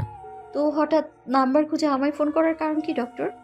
বিশেষ কিছু না, খোঁজখবর নিতে ফোন করেছিলাম। ও আচ্ছা, হসপিটালে আসা সব মেয়েরই কি এভাবে খোঁজ নেন? অনুরূপ হেসে ফেলল, ঠোঁটে মৃদু হাসি রেখেই বলল, জি না মিস মিলাত, শুধু আপনারা নিচ্ছে। কেন? নিজের জানের বাজি রেখে 9 তলার বারান্দা থেকে পানির পাইপ বেয়ে ছাদে উঠে যে মেয়েটাকে বাঁচালাম, সে মেয়েটা এখন কেমন আছে সেটা জানতে চাওয়াটা কি অন্যায়? মোটেই না। তো মিস, আপনার তো আরো একদিন থাকার কথা ছিল, আপনি চলে গেলেন কেন একদিন আগেই? আমার হসপিটালে থাকতে ভালো লাগে না, দম বন্ধ লাগে আমার। তাহলে কি ভালো লাগে আপনার? পাহাড়। পার্বত্য চট্টগ্রামে গিয়েছেন কখনো? এখন চট্টগ্রামেই আছি, এর আগেও এসেছিলাম। তাই নাকি? বাহ, আমার বাড়িও চট্টগ্রাম, কাজের জন্য ঢাকায় থাকা হয় আর কি। ও আচ্ছা, আমি কিছুদিনের জন্য এসেছি ফুপির বাসায়, তারপর আবার ঢাকায় ফিরবো। হাওয়া বদল করে আসুন, ভালো লাগবে। ধন্যবাদ ডক্টর। তো মিস মিলাদ, আপনি ভালো থাকুন, সুস্থ থাকুন, নিজেকে ভালোবাসুন, আর নিজের খেয়াল রাখুন। আবারও কথা হবে। শুভরাত্রি। শুভরাত্রি ডক্টর। ফোন রেখে অনুরূপ ইজি চেয়ারে শরীর ছেড়ে দিয়ে চোখ বুঝল। বন্ধ চোখের পাতায় ভেসে উঠল মিলাতের অসহায় কান্নারত মুখশ্রী। মেয়েটা বাঁচতে চায় না, মরে যাওয়ার কত প্রবল ইচ্ছা। আচ্ছা, সেদিন ছাদে নিরীহ বাচ্চাদের মতো বলল, আপু না গেলে আমি আর যাবো না। দুটোকে ঝাড়ু পেটা করলে তারপর সব ভূত নামবে। ফুপি, ওরা তো তোমাদের দাওয়াত দিয়েছে, আমি গিয়ে কি করব? তো তুই আমার মেয়ে না? হ্যাঁ, কিন্তু কোনো কিন্তু নেই। ঘরে বসে বসে থাকলে আরো হতাশা বাড়বে, তার চেয়ে মানুষের সাথে মিশলে ভালো লাগবে। চট্টগ্রামে এসেছিস ঘরে বসে থাকার জন্য না, দরকার হয় দুটো প্রজাপতি ডানা লাগিয়ে উড়ে বেড়াবি, তবুও থেমে থাকবি না। আচ্ছা আচ্ছা, যাবো আমি, এবার খুশি? নিরু উচ্ছ্বাসের বলে উঠল, খুশি? রুজিনা মেয়ের মাথায় গাঁটটা মেরে বললেন, কবে বড় হবি তুই? অনার্স ফার্স্ট ইয়ারে পড়ার মেয়ে এখনো বাচ্চামি যায় না। মিলাদ ফুপুকে থামিয়ে দিয়ে বলল, থাক না ফুপু, ও তো এভাবেই সুন্দর। বিকেল 5:30টায় অফিস থেকে ফিরেছে রেভান। অন্যদিন ফিরে এসে একটু রেস্ট নেয়, তবে আজ রেস্ট নেওয়ার একদমই সময় নেই। রেডি হয়ে বের হতে হবে। একদম পিচ্চিকালের বন্ধুর বিয়ে, মিস দেওয়াই যাবে না। বাসন্তী রঙের পাঞ্জাবি, সাদা পায়জামা আর চুলগুলোকে পরিপাটি করে নিজের বাইক নিয়ে বেরিয়ে পড়লো ও। রোজিনা বেগম, নীরু আর মিলাদ মাত্রই হলুদে উপস্থিত হলো। অনেক মানুষ ইতিমধ্যেই চলে এসেছে। অনেক বলার পরও মিলাদ হলুদ শাড়ি পরেনি, ধূসর রঙের একটা মণিপুরি শাড়ি পরেছে। তবে নীরু পরেছে হলুদ আর রোজিনা বেগম অফ হোয়াইট রঙের শাড়ি পরেছে। রেভান হলুদে আসার পরই বন্ধুরা ওকে জেকে ধরলো গ্রুপ সেলফি তোলার জন্য। একে একে সবাই দাঁড়ানোর পর বন্ধুদের একটা গ্রুপ সেলফি তোলা হলো। সেলফি তোলার পর রেভান ছবিটা আপলোড করলো। তারপর ছবিটা ভালো করে লক্ষ্য করলেই দেখলো পেছনে মিলাতের মতো একটা মেয়ে দাঁড়িয়ে হাসছে আরেকটা মেয়ের সাথে। রেভান তৎক্ষণাৎ পুরো জায়গাটা চষে ফেললো, তবু মিলাতের দেখা পেল না। কিন্তু হঠাৎ স্পষ্ট মিলাতি ছিল। গেল কোথায়? সন্ধ্যায় চা হাতে নিয়ে চৈতি রেভানের আইডিতে আসলো। এখন সকাল বিকাল ওর আইডিতে ঘোরাও দৈনন্দিন কাজের তালিকায় যোগ হয়েছে। রোভান একটা নতুন ছবি আপলোড করেছে, হয়তো কারো হলুদের ছবি, কিন্তু ছবিটা জুম করেই দেখতে পেল চৈতির মাথা গরম হয়ে গেল। মিলাত, এই মেয়ে এখানে কি করছে? চৈতি ভাবলো মনের ভুল, কিন্তু পাশে দাঁড়ানো নীরুকে দেখে নিশ্চিন্ত হলো এটা মিলাতি। রাগে অন্ধ হয়ে ফোনটা এক আছাড় দিয়ে ভেঙে ফেললো ও।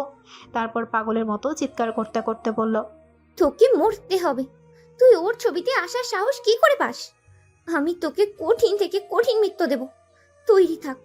রিভান দেখার আগেই মিলাত ওকে খেয়াল করে জায়গা থেকে সরে পড়েছে। ফুপু ফুপাতো বোনের সামনে এসে যদি আলাপ শুরু করতো তাহলে মুশকিল হতো। আপাতত এই লোক থেকে মুখ বাঁচিয়ে চলতে হবে। মিলাতকে না পেয়ে হতাশ হয়ে আবার বন্ধুদের কাছে চলে এলো রেভান। বন্ধুরা সব একসাথে হওয়ায় তুমুল আড্ডা চলছে। সবাই এক একজনের পদমর্যাদা এক এক রকম। এই যেমন রেভান হলো চিরকুমার বিষয়ক উপদেষ্টা, তেমনি আরও রয়েছে ছ্যাঁকা বিষয়ক উপদেষ্টা, প্রেম বিষয়ক উপদেষ্টা, লেডি কিলার রুমি উপদেষ্টা, বাসর বিষয়ক উপদেষ্টা। এখন শুরু হবে হলুদ। প্রথমে এই গুরুজনেরা শুরু করবে, শেষ হবে বন্ধুদের দিয়ে। নীরু তখন থেকে মিলাদকে বলে যাচ্ছে হলুদের স্টেজের সামনে যাওয়ার জন্য, কিন্তু মিলাদ রাজি হচ্ছে না, তাই গাল ফুলিয়ে বসে আছে মেয়েটা। মিলাদের খারাপ লাগছে, তাই সে একটু ভাবলো কি করা যায়। মাথায় একটা বুদ্ধি আসতেই বলল, তোর কাছে মাস্ক হবে? নীরু ভ্রু কুচকে জিজ্ঞেস করলো, কেন? আমার এত মানুষের ভিড়ে অস্বস্তি হয়, মাস্ক পরলে এটা একটু কম লাগবে। তো এটা আমাকে আগে বলবা না? আচ্ছা মাস্ক দাঁড়া, আমি দিচ্ছি। নীরু নিজের পার্স থেকে একটা মাস্ক বের করে দিল। এটা অনেক দিন আগে রেখেছিল, তবে পরা হয়নি। মিলাদ মাস্কটা পরার পর নীরু ওর হাত ধরে চলল স্টেজের দিকে। মিলাদ মনে মনে শুধু এটাই চাইছে যেন রেভান ওকে খেয়াল না করে। অনুরূপ আজ হাসপাতাল থেকে ফিরেছে রাত 10টায়। হঠাৎ একটা ইমার্জেন্সি পড়ে যাওয়ায় দেরি হয়ে গেছে। কলি বেগম ছেলেকে দেখেই বললেন, ক্লান্ত লাগছে রে। হ্যাঁ মা। অনুরূপ মায়ের দিকে এগুতে এগুতে বলল, যা গোসল সেরে আয়, তারপর একসাথে খাবো। তোর বাবাও খায়নি, ছেলের সাথে খাবে বলে বসে রয়েছেন। সস্নেহে বললেন কলি বেগম। অনুরূপ মৃদু হেসে বলল, আচ্ছা আসছে। রুমে এসে মায়ের কথা মতো প্রথমেই গোসল সেরে নিল অনুরূপ। তোয়ালে দিয়ে মাথা মুছতে মুছতে ফোন হাতে নিতেই দেখলো একটা মেসেজ, সব ইনফরমেশন পেয়ে গেছি, ফ্রি হয়ে কল করিস। মেসেজটা দেখেই ভাবলো কল করবে। পরক্ষণেই মনে হলো মা বাবা বসে আছে ওর জন্য, তাদের অপেক্ষা করানো ঠিক হবে না। তাই ফোনটা রেখেই চলে গেল খাবার টেবিলে। আমিনুল হক ছেলের পাতে রুই মাছের বড় টুকরো দিয়ে বললেন, আজ আমি বাজার করেছি। কেন? আমি তো জামাল কাকাকে বলে গিয়েছিলাম বাজার করে দেওয়ার জন্য। হ্যাঁ, তোর জামাল কাকার সাথে আমিও গিয়েছিলাম। ওই বেটা মাছ চেনে না, পচা মাছ নিয়ে আইছিল। পরে আমি বেছে কয়েক দোকান দেখে বড় একটা রুই এনেছি তোর জন্য। কথাটা বলেই আমিনুল হক হাসলেন। সাথে অনুরূপ আর কলি বেগম দুজনেই তাল মেলালো। বাবা মায়ের সাথে টুকটাক আলাপ আলোচনা করতে করতে খাওয়া শেষ করে উঠতেই আমিনুল হক বললেন, তোর সাথে কথা আছে, একটু বস। কি কথা বাবা? কাল রাতের ট্রেনের টিকিট করেছি 3টা, ছুটি নিয়ে নিস হাসপাতাল থেকে। আমাকে না বলে করে ফেললে? তোকে বললে তুই 1000 বাহানা করতি। কিন্তু বাবা। কোনো কিন্তু নেই। অনুরূপ দ্বিমত করলো না আর রুমে এসে কথা মতো কল করলো। ওপাশ থেকে ডিটেকটিভ হিমেল বলল, মেয়েটার নাম মিলাদ, বয়স 24, শর্ট ডিভোর্স হয়েছে। বিয়ের 6 মাস পর স্বামী ডিভোর্স দেয়, যদিও তাদের প্রেমের বিয়ে। অনুরূপ ভ্রু কুচকে বলল, কেন? ইন্টারেস্টিং বিষয়টা এখানেই, মেয়েটার বড় বোন ছিল অবিবাহিত, তার সাথে পরকীয়া প্রেমে জড়িয়ে মেয়েটাকে ডিভোর্স দেয় ওর স্বামী। পরবর্তীতে ওর বড় বোনকে বিয়ে করে সে। অনুরূপ খুব একটা চমকালো না, কারণ সে কিছুটা আন্দাজ করেছিল। সে বন্ধু হিমেলকে বলল, আর কিছু জেনেছিস? আপাতত এ পর্যন্তই। এখন বল তো, এই মেয়ে কি করেছে? কেন এর পিছনে পড়েছিস তুই? মেয়েটা নিজের অজান্তেই ওই সম্পর্কে জানার কৌতূহল তৈরি করেছে আমার মনে। সে কি, তুই প্রেমে পড়েছিস? আরে না, মনে তো হচ্ছে।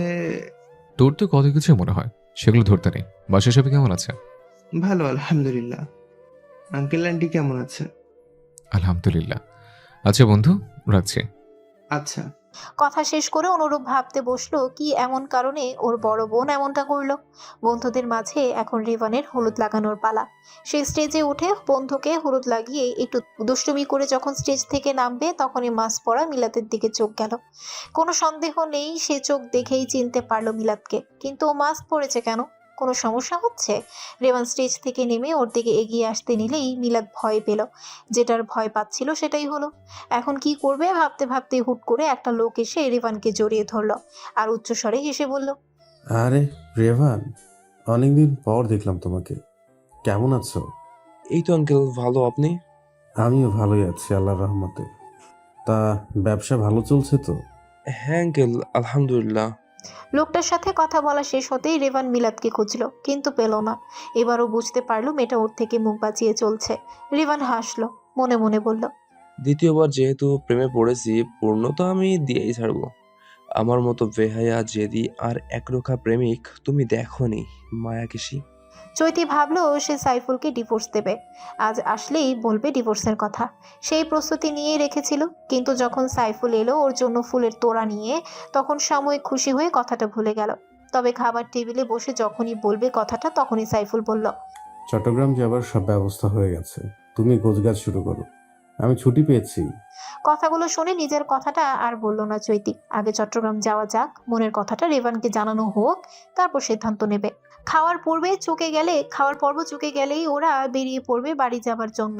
মিলাদ তেমন একটা ভারী খাবার খেতে পারে না, কোনো রকম একটু খেয়েই উঠে পড়ল।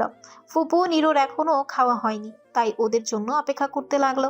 বন্ধুরা সব আড্ডা দিবে আজ, তাই কেউ বাড়ি ফিরবে না। তবে রেভানকে ফিরতে হবে, কাল অফিস আছে। নিজের ব্যবসা হলেও দায়িত্ব গাফিলতি করা একদমই পছন্দ করে না সে।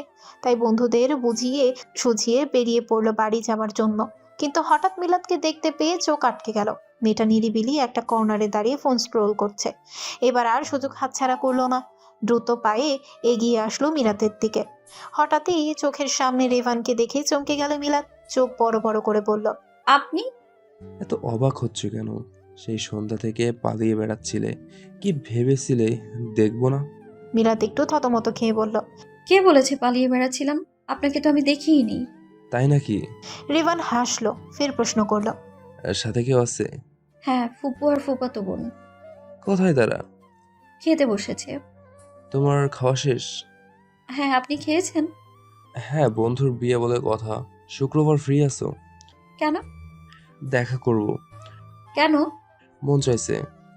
কেন? এই মেয়ে এত কেন কেন করছো কেন? তো করব না? আপনার সাথে আমি দেখা করব কোন কারণে? কারণ লাগবে? অবশ্যই। এই যে আমি তোমাকে সহি সালামতে ফুফির বাসায় পৌঁছে দিয়েছি, তার জন্য তো তুমি আমাকে একবার ধন্যবাদও দাওনি। আচ্ছা, ধন্যবাদ। হুম, চলবে না। তখন দিলে এই ধন্যবাদ নিতাম, কিন্তু বাসি ধন্যবাদ আমি নিই না। তাহলে? আর তাহলে আবার কি? শুক্রবার দেখা করে কফি খাওয়াবা, কারণ চেয়েছিলে না, এই যে কারণ দিলাম। এবার কিন্তু দেখা করতেই হবে। মিলাদ ভেঙচি কেটে বলল, করব না। দেখা যাবে। তোমার ফোন নম্বর দাও। দিব না। তাহলে তোমার ফুফির বাসার সামনে গিয়ে বসে থাকবো। অসহ্য। উফ। মিলাদ বিরক্ত হয়ে বলল। রেভান হেসে ফেলল, মেয়েটাকে রাগাতে ভালোই লাগছে। তারপর বলল, বিরক্তি আমি তোমাকেই করব। এখন পছন্দ করো তুমি কিভাবে বিরক্ত হতে চাও, ফোনে নাকি সরাসরি? উপায়ন্তর না পেয়ে মিলাদ বলল, ঠিক আছে, নাম্বার টাইপ করুন। তুমি বলো, আমার মনে থাকবে। মিলাদ নাম্বারটা বলল। রেভান মনে মনে 2-4 বার আওড়ে নিয়ে বলল, ঠিক আছে, সাবধানে বাসায় যাও। শুভরাত্রি, আসছি। বলেই বিয়ে বাড়ি ছাড়লো। রেভান যাওয়ার 2 মিনিট পর নীরু আর ফুপু এলো। তারপর ওরাও বেরিয়ে পড়লো। পুরো ওয়ার্ডের রাউন্ড দিয়ে এসে নিজের কেবিনে বসলো অনুরূপ। তখনই ফোন দিয়েছে মা। কলি বেগম জানতে চাইলেন, কি রে, ছুটি নিয়েছিস? হ্যাঁ মা, নিয়েছে। আসবি কখন? ঠিক নেই, সন্ধ্যা আসতে পারি। আচ্ছা, দুপুরে খাবার পাঠিয়ে দিব তোর জামাল কাকাকে দিয়ে। লাগবে না মা, এখান থেকে খেয়ে নেবো আমি। লাগবে নাকি? আমি থাকতে তুই বাইরে খাবি কেন? আচ্ছা মা জননী, আপনি পাঠিয়ে দিয়েন। মায়ের সাথে কথা শেষ করে ফোন রাখলো অনুরূপ। তারপর একটু ফেসবুকে ঢু মারতেই দেখলো তাসনিম জামান নিরু এই আইডি থেকেই মিলাতের আইডি ট্যাগ করে একটা ছবি পোস্ট করা হয়েছে কাল রাতে, হয়তো কোনো বিয়ে বাড়িতে তোলা। অনুরূপ মিলাতের মুখের দিকে তাকালো, হাস্যোজ্জ্বল মুখেও কেমন বিষণ্ণতার ছাপ।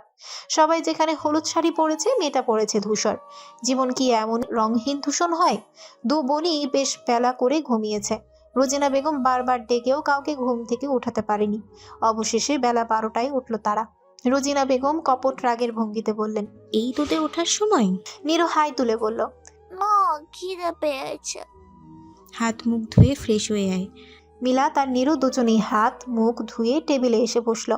নাস্তা খেতে খেতে নীরু বলল, আপু পুরাননগর যাবা? আজ কেন রে? থেকে মেলা বসবে। তাই নাকি? তাহলে আজ না কাল যা, কারণ আজ সব দোকান বসবে, কাল সব ভালোভাবে বসলে পরে যাস। হ্যাঁ ঠিক বলছো, তাহলে আজ বিকালে ঘুরতে যাবো। কোথায়? বৈতরী লেকে। ঠিক আছে চল। নীরু রোজিনা মাকে ডেকে বলল, মা তুমি বৈতরী লেকে যাবো? আমি 1000বার গিয়েছি, তোরা গিয়ে ঘুরে আয়। আজ আমার তামিল আছে। আচ্ছা। বান্ধবীর বিয়ে শেষ করে বান্ধবীকে বিদায় দিয়ে আজ বিকেলে বাসায় ফিরেছে নাইমা। সালেহা বেগম মেয়েকে তখন কিছু না বললেও সন্ধ্যায় মেয়ের ঘরে আসলেন। মাকে দেখে নাইমা একটু ভয় পেল। মা কি জেনে গেছে যে সে মাশফিকের সাথে পালিয়েছিল? মনে মনে দোয়া পড়তে পড়তে নাইমা বলল, কিছু বলবা মা? হ্যাঁ, বলতেই এলাম। তোর বাবা আর আমি একটা ছেলে পছন্দ করছি তোর জন্য। পরশু দেখতে আসবে তোকে। আমাকে না জানিয়েই? কই না জানিয়ে? জানাচ্ছি তো। পছন্দ করার পর জানাচ্ছ? আর পছন্দ তো আমরা করেছি, এখন দেখতে এলে তোর যদি পছন্দ হয় তবেই এগোবো, না হলে বাদ। এমনিতে ছেলে ভালো, শিক্ষিত, বংশ ভালো। মা, ঘটকালি করো না তো।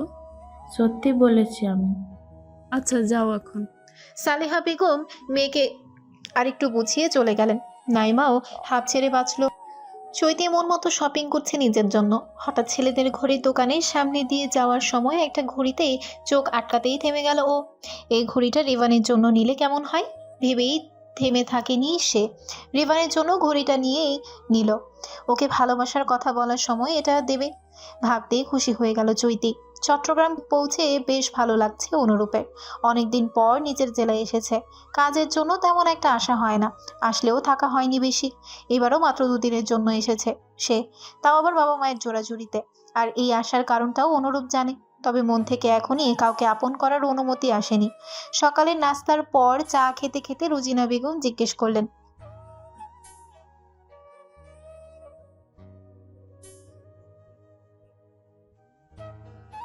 হ্যাঁ রে মিলাত, কি সিদ্ধান্ত নিলি জীবন নিয়ে? এরপর কি করবি?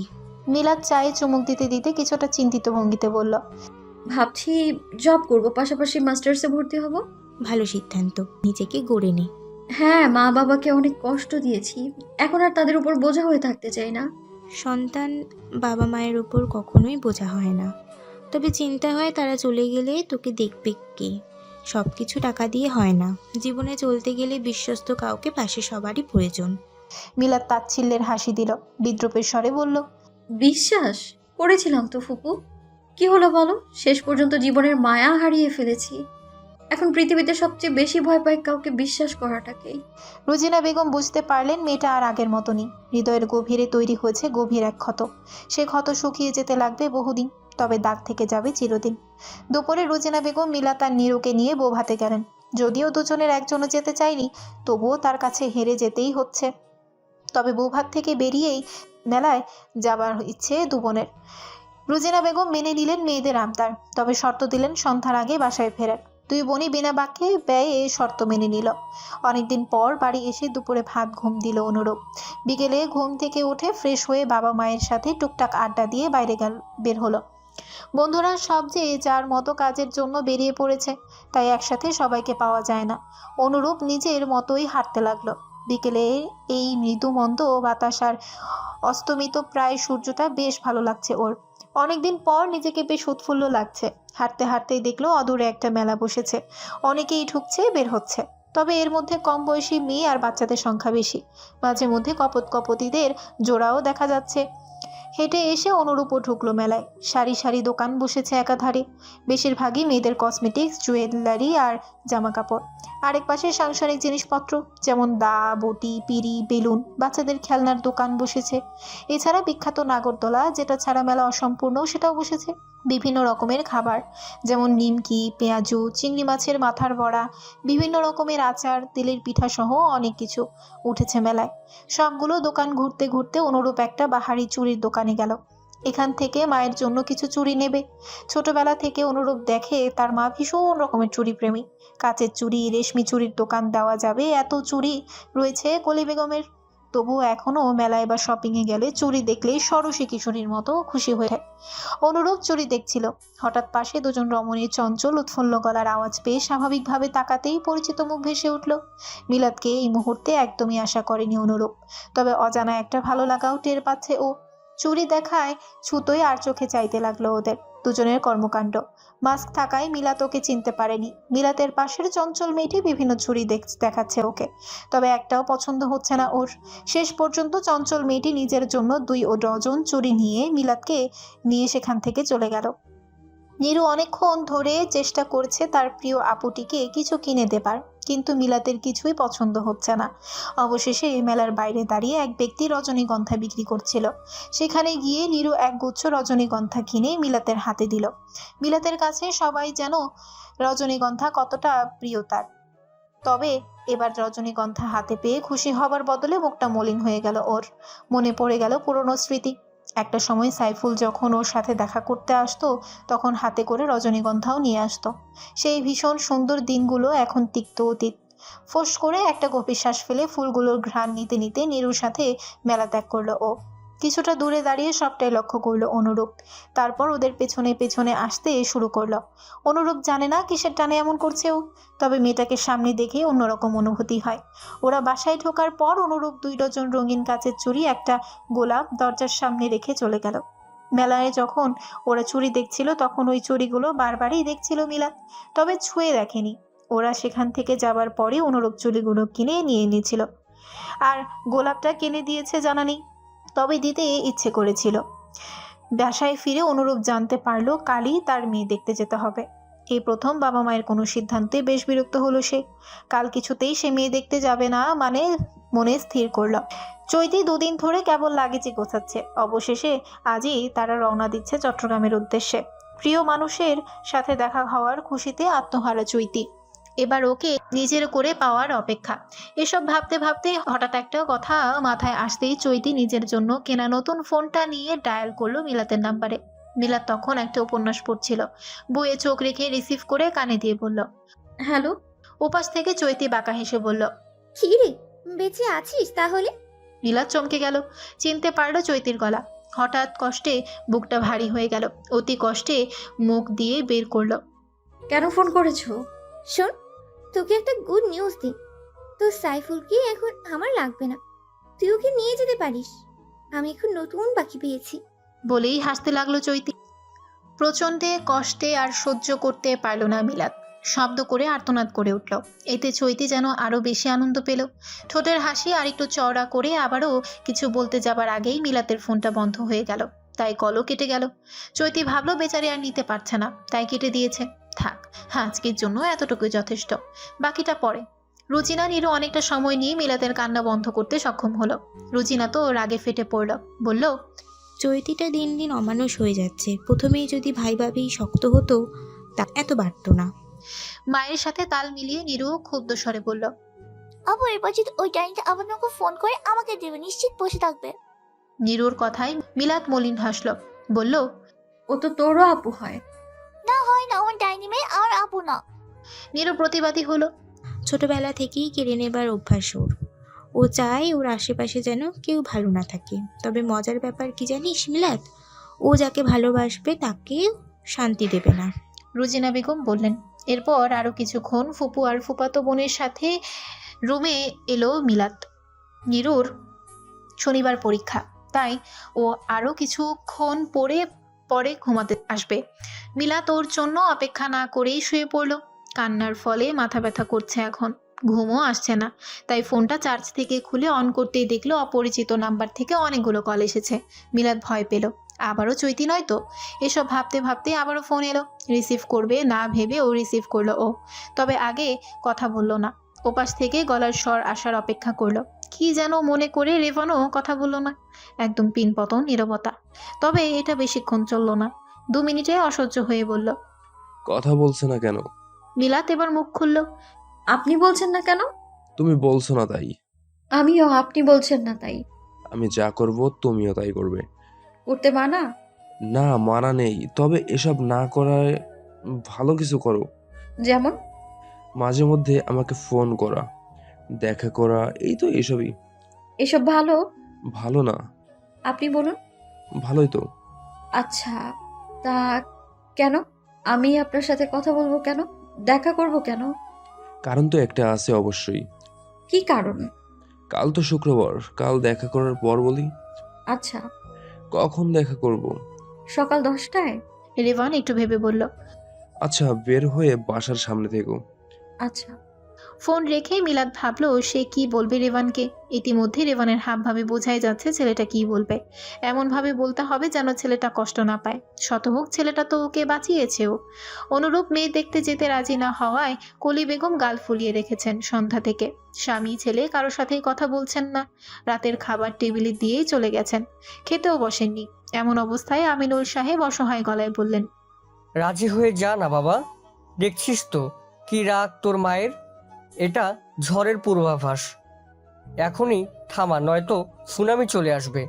সেই ঝড়ের কবলে তুই না আমিও উড়ে যাব। অনুরূপ পড়ল বিপাকে। ছোটবেলা থেকেই সে জানে তার মা প্রচণ্ড রাগী। নিজের মন মতো কিছু না হলেই মাথা গরম হয়ে যায় আর নিজের ক্ষতি করে ফেলে। এমনিতেই বিভিন্ন রোগ শরীরে, প্রতিদিন অনেক ওষুধ খেতে হয়। রাতের খাবার না খেলে ওষুধগুলো খেতে পারবে না, তখন দেখা যাবে অসুস্থ হয়ে পড়েছে। মায়ের শারীরিক অবস্থার কথা চিন্তা করে অনুরূপ আর নিজের সিদ্ধান্ত অনড় থাকতে পারল না। মায়ের কাছে গিয়ে জানালো সে মেয়ে দেখতে যেতে রাজি। কলি বেগম জয়ের হাসি হেসে ছেলের মাথায় হাত বুলিয়ে দিয়ে বললেন, আমার সোনা ছেলে, আয় খেতে আয়। তিনি জানেন দুনিয়া ধ্বংস হয়ে গেলেও তার স্বামী ছেলে ঘরে থাকলে তাকে ছাড়া কখনোই খেতে বসবে না। খেতে খেতে কলি বেগম নিজের স্বভাব সুলভ কথাবার্তায় চালিয়ে গেলেন।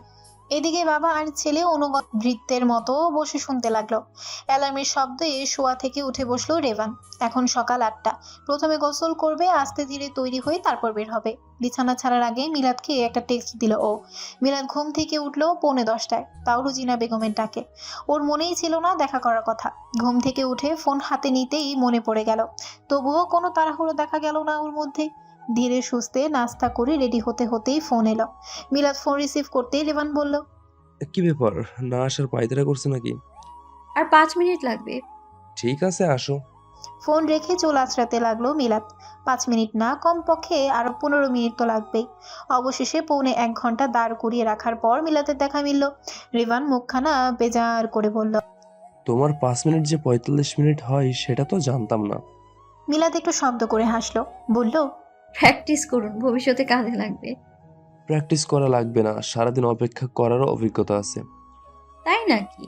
মিলাদ ভ্রু কুঁচকে বলল, হ্যাঁ, প্রথম প্রেম ছিল, আবেগে টইটুম্বর ছিলাম। যখন যেটা বলতো সেটাই শুনতাম। তারপর 4 বছর পর একদিন বলল বাসা থেকে বিয়ে ঠিক করেছে। আমি দিশা না পেয়ে আমার বাসায় জানাই। বাবা মা রাজি হয়। ওকে বললাম ওর বাসায় জানাতে, কিন্তু ও জানাতে চায়নি, কারণ ও বিয়েতে রাজি। তারপর আর কি, ওর বিয়ের দিন সারাদিন আমি ওর বাড়ির সামনে দাঁড়িয়েছিলাম। মনে ক্ষীণ আশা ছিল হয়তো দৌড়ে এসে বলবে আমি তোমাকে ছাড়া কাউকে বিয়ে করব না, কিন্তু বলেনি। সেই থেকে এখন পর্যন্ত সিঙ্গেল। অলমোস্ট 5 বছর হয়ে গেছে। রেভানের কথা শুনেই মিলাতের মনটা ভারী হলো। মনে পড়ে গেল নিজের কথা। মানুষগুলো এমন হয় কেন? এত ভালোবাসা উপেক্ষা করার অশরীর শক্তি ওরা কোথায় পায়? হাঁটতে হাঁটতে রেভান জিজ্ঞেস করল, নাস্তা করেছো? হ্যাঁ, আপনি? হ্যাঁ, করেই বেরিয়েছি। কোথায় যাব এখন? নৌকায় উঠেছো কখনো? না। উঠতে চাও? মিলাত উৎসাহে মাথা নাড়ল। সাঁতার পারো? না। তাহলে তো ওঠানো যাবে না। মিলাত এবার মিনতি সুরে বলল, প্লিজ। রেভান একটু ভেবে বলল, আচ্ছা চলো সাঙ্গু নদীতে যাই, নৌকায় ঘুরবো। মিলাদ খুশি হয়ে গেল। সাঙ্গু নদীর পাড়ে এসে রেভান একটা নৌকা ভাড়া করলো। মিলাদ ওর পাশে দাঁড়িয়েই চারপাশটা দেখতে লাগলো। ভীষণ সুন্দর জায়গাটা, গাছগাছালির সমারোহ, পাখিদের কিচিরমিচির আর শান্ত নদীর জলধারা পরিবেশটাকে অনন্য করে তুলেছে। প্রথমে রেভান উঠলো, পরে মিলাতের হাত ধরে উঠালো। এতে নৌকা সামান্য দুলতেই মিলাত ভয় পেয়ে রেভানের দুহাত শক্ত করে ধরে ফেলল। রেভান ও ভাই দিয়ে বলল, ভয় পেও না, ঠিক হয়ে যাবে, তুমি মাঝে গিয়ে বসো। মিলাত সাবধানী পায়ে নৌকার মাঝে গিয়ে বসলো। রেভান বসলো মুখোমুখি। একটা স্নিগ্ধ সুন্দর সকাল, শান্ত নদীর জল, পাড়ে বিভিন্ন জায়গায় ছোট বড় পাহাড় আর ঘন সবুজ বনাঞ্চল। নদীটি পাহাড়ি অঞ্চলের মধ্যে দিয়ে প্রবাহিত হওয়ার এর পাড়ে অনেক পাথুরে জায়গা দেখা যায়। কিছু স্থানে বড় বড় পাথর নদীর পাড়ে এবং পানির ভিতরে ছড়িয়ে ছিটিয়ে থাকে। পাড়ের কিছু অংশে আদিবাসী ও স্থানীয় লোকদের ছোট ছোট গ্রাম রয়েছে। তারা নদী থেকে মাছ ধরে, কৃষিকাজ করে এবং পানির নৌকায় চলাচল করে। কিছু জায়গায় নদীর পাড়ে সমতল ভূমি দেখা যায়, যেখানে স্থানীয় মানুষ কৃষিকাজ করে। পাড়ে নানা ধরনের স্থানীয় গাছ ও বনফুল ফুটে থাকে। এত সুন্দর সকাল বোধহয় আর কখনোই আসেনি মিলাতের জীবনে। ইস, পৃথিবীটা সুন্দর। মিলাত মনে মনে স্থির করলো এভাবে মাঝে মধ্যেই বেরিয়ে পড়বে প্রকৃতির গহীনে। অনেকটা দূর যাবার পর রেভান বলল, চা খাবা? মিলাদ মুগ্ধ হয়ে প্রকৃতি দেখছিল। রেভানের কথা শুনে অবাক হয়ে বলল, এইখানে কিভাবে? মাঝি মামার কাছে চায়ের সরঞ্জাম আছে, তুমি চাইলে আমি বানাতে পারি। মিলাদ খুশি হয়ে বলল, অবশ্যই। রেভান 3 কাপ রং চা বানালো। 1 কাপ মাঝিকে দিল, 1 কাপ মিলাদকে দিয়ে নিজের কাপটা নিয়ে বলল, আজকের দিনটা এতটা সুন্দর যাবে ভাবিনি। মিলাদ চায়ে চুমুক দিয়ে আনন্দিত স্বরে বলল, আমিও। সাঙ্গু নদীতে নৌকা ভ্রমণ শেষে ওরা আশেপাশে আরো কিছুক্ষণ ঘুরে বাড়ির পথ ধরলো। এখন দুপুর, আজান দিয়ে দিয়েছে। রেভান মিলাদকে ওর ফুপুর বাড়ির সামনে এগিয়ে দিয়ে বলল, ধন্যবাদ এত সুন্দর দিনটার জন্য। এই ধন্যবাদ আপনার প্রাপ্য। রেভান অল্প হাসলো। মিলাদ পুনরায় বলল, আপনি কিছু বলতে চেয়েছিলেন? চেয়েছিলাম, তবে আজ সময় নেই, একটা গুরুত্বপূর্ণ কাজ আছে বাড়িতে, নামাজ পড়ে বাড়ি যেতে হবে। মিলাদ আর জোর করলো না। রেভান স্বভাবসুলভ হেসে বিদায় নিল। বিকালে অনুরূপ আর ওর বাবা মা এলো মেয়ে দেখতে। সালেহা বেগম নাইমাকে সাজিয়ে এনে পাত্রপক্ষের সামনে বসালো। অনুরূপ নাইমার দিকে একবারও তাকালো না, কোনো রকম সময়টা যাবার অপেক্ষা করতে লাগলো। এদিকে নাইমা এক পলক চোখ উঠিয়ে দেখেই আর ফেরাতে পারলো না। এত সুন্দর কোনো পুরুষ মানুষ হয়? নাইমার এক দেখায় পছন্দ হয়ে গেল অনুরূপকে। এই ছেলের সাথে বিয়ে হলে সে কখনোই না করবে না। এদিকে কোণে দেখা শেষে নাইমার বাড়ি থেকে বেরিয়েই হাঁপ ছেড়ে বাঁচল অনুরূপ। এত দম বন্ধকর লাগছিল বলার বাহিরে। কলি বেগমের মুখ দেখে বোঝা যাচ্ছে নাইমাকে পুত্রবধূ হিসেবে পছন্দ হয়েছে তার। কেবল ছেলের ইশারায় তিনি আংটি পরাননি, না হয় আজই আংটি পরিয়ে ফেলতেন। সেখান থেকে বেরিয়ে কলি বেগম ছেলেকে ধরলেন। কেন সে আংটি পরাতে না করলো? এখন জরুরি একটা কাজ আছে, রাতে জানাবে, এটা কোনো রকম বুঝিয়ে বাবা মাকে বাড়ি পাঠিয়ে দিল অনুরূপ। সন্ধ্যায় রুজিনা বেগম পাটিসাপটা পিঠা বানালেন। নীরু আর মিলাদ দুজনেই ভীষণ প্রিয় পিঠা। রান্নাঘরে রুজিনা বেগম গরম গরম পিঠা ভাজছেন, আর দুপাশে 2 মেয়ে দাঁড়িয়ে খাচ্ছে আর গল্প করছে, সাথে তাকেও খাওয়াচ্ছে। গল্প করার এক ফাঁকে রুজিনা বেগমের কিছু মনে পড়ে যাওয়ায় তিনি বললেন, জানিস, আর সকালে যখন নামাজ পড়ে দরজা খুললাম, আমি তখন দরজার সামনে চুড়ি আর শুকিয়ে যাওয়া গোলাপ রাখা ছিল।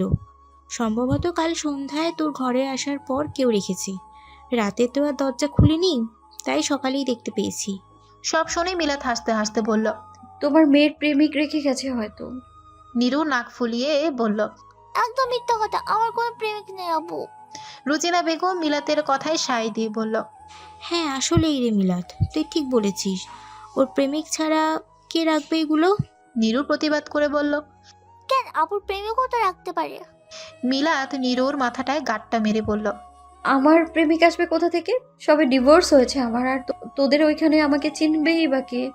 যুক্তি সব দিক থেকে উপযুক্ত থাকায় সব দোষ গিয়ে পড়ল বেচারি নীরুর কাছে। রুজিনা বেগম পিঠা বানানো বাদ দিয়ে মেয়েকে চেপে ধরলেন। মেয়ে কার সাথে লটর পটর করছে সেটা তিনি জেনেই ছাড়বেন।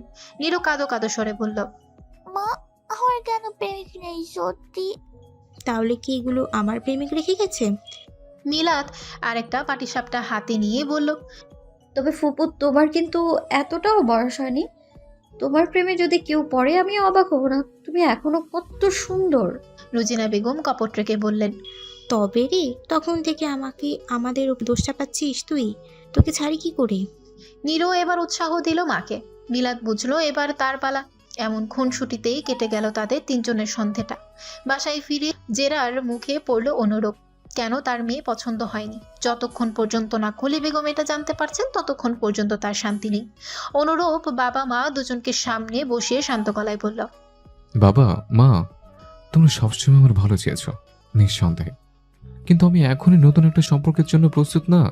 আমার সময় প্রয়োজন, একটু বোঝার চেষ্টা করো। কলি বেগম নাছর বান্দা গলায় বললেন, সময় নাও, সমস্যা নেই, তবে বিয়ের কথা হয়ে থাক, আংটি পরানো থাক।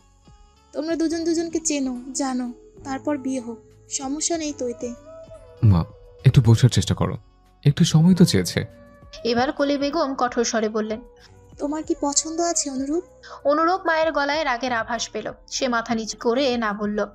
কলি বেগম ছেলের দিকে একবার চেয়ে উঠে চলে গেলেন। স্ত্রীর পেছনে গেলেন আমিনুল সাহেব। ড্রয়িং রুমে অনুরূপ একাই বসে রইল।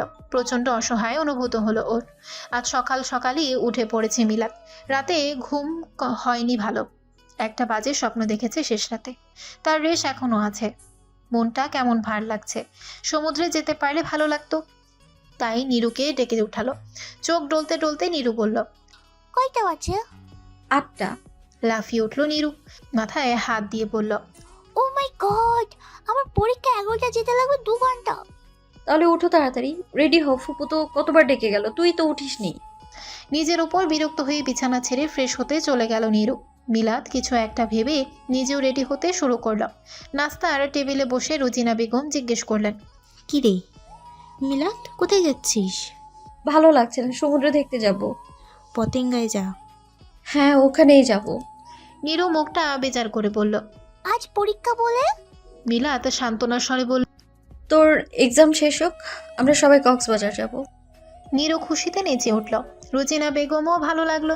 অনেকদিন হয় সমুদ্র দেখা হয় না। ছেলেটা নেই, মেয়েও থাকে না বেশি। তিনি একা গিয়েই বা কি করবেন। নীরুর সাথে বের হলো মিলাত। নীরু চলে গেল ভার্সিটিতে, আর মিলাদ গেল সমুদ্রের উদ্দেশ্যে।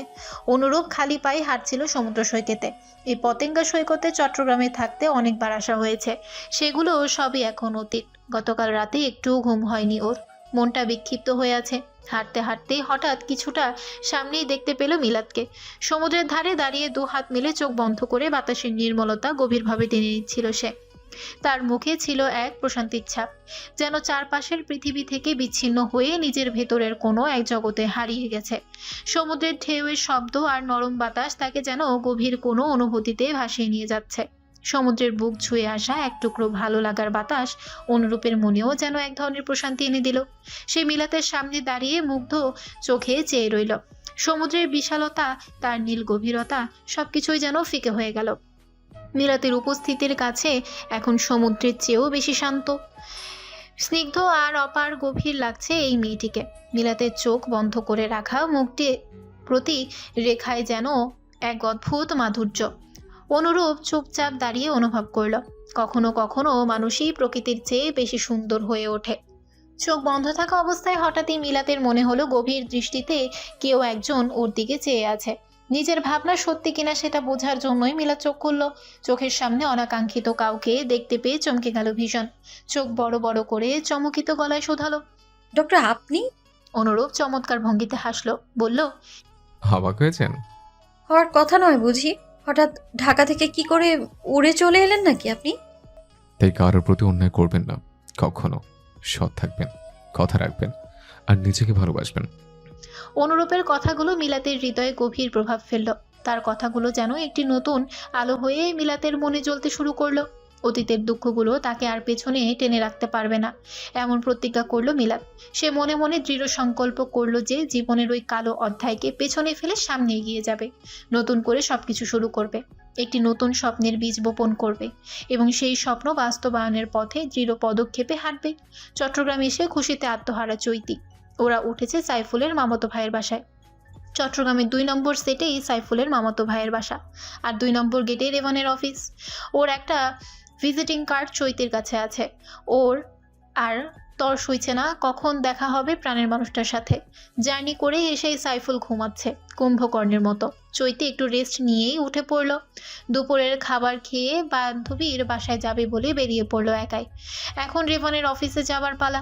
রিভান অফিসেই বেশ মনোযোগ সহকারে কাজ করছিল। হঠাৎ তার সেক্রেটারি জানালো একজন মহিলা এসেছে তার সাথে দেখা করতে, খুবই পিড়াপিড়ি করছে। রিভান পাঠিয়ে দিতে বলল। অনুমতি পেয়ে চৈতি রিভানের কেবিনে প্রবেশ করতে রিভান ওর দিকে চাইলো আর চমকে গেল, কিছুটা অপ্রস্তুত গলায় বলল, ভাবি আপনি? চৈতি মধুমাখা গলায় বলল, জি ভাইয়া, আপনি তো আমাকে ভুলেই গেছেন। রিভান অস্বস্তি অনুভব করলো, তবুও নিজেকে সামলে নিয়ে বলল, ভাবি বসুন না, সাইফুল আসেনি? এসেছি, আমরা ওর মামাতো ভাইয়ের বাসায় উঠেছি। আপনার অফিস থেকে 10 মিনিটের দূরত্ব। বেচারা ঘুমাচ্ছে। আমি একটু ঘুরতে বেরিয়েছিলাম, ভাবলাম একটু দেখা করেই যাই। বিরক্ত হলেন? রিভান সত্যিটা বলল না, কৃত্রিম হাসি মুখে বলল, না না, একটুও না। চা না কফি? কফি? রিভান ফোন করে 1 কাপ কফি দিতে বলল। চৈতি চারপাশে চোখ বুলিয়ে রিভানের অফিসটা একবার দেখে নিয়ে বলল, আপনার অফিসটি সুন্দর। ধন্যবাদ ভাবি। এরপর চৈতি আরেকটু ভাব জমানোর চেষ্টা করলেও লাভ হলো না। রিভান মাপা মাপা উত্তর দিল সব সময়, তাই বেশি সুবিধা করতে না পেরে আজকের মতো চলে যাওয়ার সিদ্ধান্ত নিল। এগিয়ে এসে রিভানকে ধন্যবাদ জানাবে তখনই ওর স্ক্রিন জ্বলে উঠল, আর জ্বলে থাকা স্ক্রিনে নিজের চিরশত্রুর হাস্যোজ্জ্বল মুখখানা দেখতে পেয়ে ধপ করে মাথায় আগুন ধরে গেল। রাগে হাত কাঁপছে ওর। রিভান কিছু বুঝতে না পেরে বিচলিত কণ্ঠে বলল, আর ইউ ওকে? চৈতি নিজেকে কিছুটা সামলে নিয়ে আবার সোফায় বসে পড়ল। 5 মিনিট পর মুখ খুলল, বলল, আপনি মিলাদকে চেনেন? রিভান আগ্রহী হলো, বলল, হ্যাঁ চিনি। চৈতি মুখটাকে বিকৃত করে বলল, আমি জানি না কিভাবে আপনি ওকে চেনেন, তবে ওর সম্পর্কে আপনি জানলে অবাক হয়ে যাবেন। রিভান আবারও কৌতূহলী হয়ে উঠল, বলল, ওর সম্পর্কে কি জানেন আপনি? ও একটা প্রতারক। পরকীয়া করতে গিয়ে ধরা খাওয়ার পর স্বামী তালাক দেয়, তাই আত্মহত্যার চেষ্টা করে। আর আসার সময় স্বামীর বাড়ি থেকে অনেক টাকা চুরি করেই পালিয়ে এখানে এসে বসে আছে। ওর স্বামী নিতান্তই ভালো মানুষ, তাই এখনো পুলিশ কেস করেনি। আমার বান্ধবী তো, তাই জানি আমি। আপনার সাথে কি সম্পর্কও জানি না আমি, তবে আপনাকে সতর্ক করার প্রয়োজন মনে করলাম দেখি করলাম। চৈতের কথা শুনে রেভান দ্বিধায় পড়ে গেল। ওর কথাগুলো বিশ্বাস হচ্ছে না, তবু কিন্তু থেকেই যাচ্ছে। ফুপুর বাড়ির সামনে এসে যখন অনুরূপ মিলাদকে বিদায় দিচ্ছিল তখন রুজিনা বেগম ছাদের উপর থেকে দুজনকে লক্ষ্য করে হাত ছাড়লেন, বললেন, মিলাদ, ওকে ঘরে নিয়ে আয়। ফুপুর কথা শুনে দুজনেই লজ্জা পেল, তবুও মিলাদ ওকে ঘরে নিয়ে এলো। ঘরে বসে গল্প করতে করতে রুজিনা বেগম জানালেন তার ভাইজিকে কিভাবে বাঁচিয়েছে এই ছেলেটা। চৈতি ওয়াশরুমে ঢুকে দরজাটা বন্ধ করলো, দ্রুত বেসিনের কাছে গিয়ে কল ছেড়ে দিল। ঠান্ডা পানি হাতে নিয়ে মুখে ছিটাতে লাগলো, যেন মাথার ভিতরে সমস্ত অস্থিরতা মুছে ফেলা যায়। আয়নার সামনে দাঁড়িয়ে নিজেকে দেখতে লাগলো। ভেজা চুল থেকে পানি টপ টপ করে পড়ছিল, আর উত্তেজিত চোখ দুটো যেন নিজেকে ছাপিয়ে কোনো অজানা দহন প্রকাশ করছিল। রিভানের ফোনে মিলাতের ছবিটা তার মনের মধ্যে আগুন জ্বালিয়ে দিয়েছে। বারবার ছবিটার কথা মনে পড়ছিল, মনে হচ্ছিল ছবির প্রতিটা ফ্রেম যেন ওকে উপহাস করছে। নিজের ঠোঁট কামড়ে সে গভীর নিঃশ্বাস নিতে চেষ্টা করলো, কিন্তু কোনো লাভ হলো না। উত্তপ্ত রাগ আর হতাশার মিশ্রণে তার মনে হিংস্র একটা অনুভূতি দানা বাঁধছিল। সে আয়নার দিকে তাকিয়েই নিজেকেই বলল, আমি এত সহজে আমার ভালোবাসার মানুষ তোকে দেব না মিলাদ। ওকে পেতে যদি তোকে শেষ করতে হয় তবে তাই করব আমি। চৈতির ভেতরে যেন আগ্নেয়গিরির বিস্ফোরণ হতে শুরু হয়ে করেছে। সে শক্ত হয়ে দাঁড়ালো, চোখে ভয়ঙ্কর এক দৃঢ়তা। কিছুক্ষণ সেখানে দাঁড়ালো চৈতি, নিজেকে সামলে নিতে আরেকবার মুখে পানি দিল। ধীরে ধীরে ভেতরের অস্থিরতা কিছুটা হলেও কমতে লাগলো। কয়েক মিনিট সেখানে দাঁড়িয়ে থেকে অবশেষে ওয়াশরুম থেকে বের হয়ে এলো। রেস্টুরেন্টে ঢুকে কিছু না খেয়ে বেরিয়ে যাওয়াটা চৈতির কাছে অস্বস্তিকর মনে হচ্ছিল, তাই সে একটা কোল্ড কফি অর্ডার দিয়ে কোনার একটি ফাঁকা টেবিলে গিয়ে বসে পড়ল। টেবিলের ওপর চোখ নামিয়ে রাখতে এক টুকরো কাগজের মতো মনে হচ্ছিল তার সমস্ত চিন্তা। রিভানের ফোনে মিলাতের ছবির অব্যাহত উপস্থিতি তার মনের উপর চাপ তৈরি করেছে, কিন্তু আশেপাশে হালকা আলো এবং কফির ঠান্ডা গন্ধে কিছুটা প্রশান্তি অনুভব করল। কফির কাপটা হাতে নিয়ে কিছুক্ষণ চুপচাপ বসে থাকলো চৈতি। সময় কাটছিল, তবে মনোযোগ ছিল না সেই দিকে। সে যেন কোনো এক দুর্বোধ দ্বন্দ্বের মধ্যে আটকে গিয়েছিল। কফির প্রথম চুমুকটা নিতেই খানিকটা স্বস্তি পেল, কিন্তু ভেতরে জমে রইল ক্রোধের স্ফুলিঙ্গ। চৈতির কথাগুলো শোনার পর থেকে শ্রীবানের মাথায় নানা ভাবনা ভিড় করেছে। কিছুই ঠিকমতো মনে ধরছে না, আর তার কাজেও মন বসছে না। ক্রমেই অস্থির হয়ে উঠছে সে। মিলাতের সাথে কথা বলাটা জরুরি, রেভান মিলাদকে মেসেজ করলো কাল তার সাথে দেখা করার জন্য, কিন্তু ওপাশ থেকে উত্তর এলো না। তাই সে ভাবলো কাল মিলাতের ফুপুর বাসার সামনে যাবে। মাকে কোনো রকম বুঝিয়ে অনুরূপ আজ রাতের ট্রেনেই ঢাকার উদ্দেশ্যে রওনা হলো। কাল থেকে আবার হাসপাতালে যেতে হবে। অবশ্য দুদিন অনুরূপের জন্য সত্যিই খুব ভালো কেটেছে, বিশেষ করে আজকের দিনটি। তবে আজকের দিনটা আসলেই স্পেশাল কেন, এই প্রশ্ন নিজেকেই করতে করতে সে কোনো সঠিক উত্তর পেল না। কখনো কখনো এমন অনুভূতিগুলো আসে যখন আমাদের মনের মধ্যে কিছু অজানা পরিবর্তন ঘটে, কিন্তু তা সঠিকভাবে বিশ্লেষণ করতে না পারলে সেই বিশেষ অনুভূতিটা আরও বেশি গোপন এবং রহস্যময় হয়ে ওঠে। বাসায় ফিরেই চৈতি দেখলো সাইফুলও বাসায় নেই। সেও তার বন্ধুর সাথে দেখা করতে গেছে। ততটা গুরুত্ব দিল না চৈতি। যা ইচ্ছা করুক, এমনিতেও কিছুদিন পর ছেড়েই দেবে ওকে, তাই বেশি মায়া দেখানো যাবে না। ওদের জন্য নির্ধারিত কক্ষে এসে চৈতি অনেকদিন পর নিজের বাবাকে ফোন করলো। হারুন সাহেব সবে অফিস থেকে ফিরেছেন বাসায়। অকস্মাৎ চৈতির কল পেয়ে চমকিত হলেন। ধরবেন কি ধরবেন না ভাবতে ভাবতেই ধরেই ফেললেন। ওপাশ থেকে চৈতি প্রথমে কথা বলল। কি অবস্থা বাবা? উপস, সরি, তোমরা তো আমাকে ত্যায্য করেছো। এই ক্ষেত্রে কি বাবা ডেকে যাবে? এনিওয়ে, কেমন আছো? তোমার বউ কেমন আছে?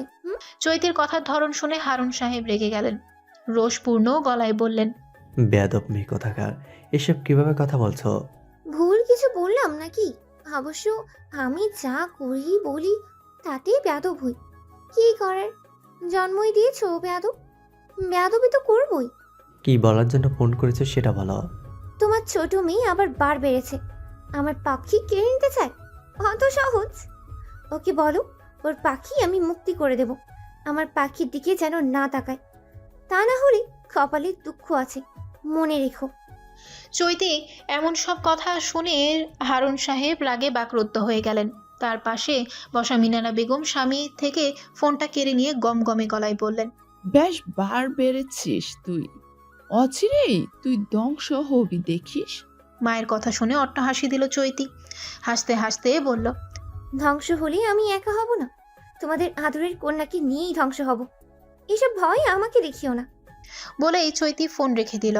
ফোন কাটার পর থেকেই হারুন সাহেবের শরীরটা বেশি ভালো লাগছে না, ব্লাড প্রেশার বেড়ে গেছে। মিনারা বেগম রাতের খাবার দ্রুত রেডি করে স্বামীকে খেতে দিলেন, পরে ওষুধ খাইয়ে বিশ্রাম নিতে বললেন। কিন্তু রাত 12টার পর হঠাৎই হারুন সাহেবের শরীর খারাপ হতে শুরু করলো। মিনারা বেগম দিশা না পেয়ে দ্রুত অ্যাম্বুলেন্সে কল করলেন।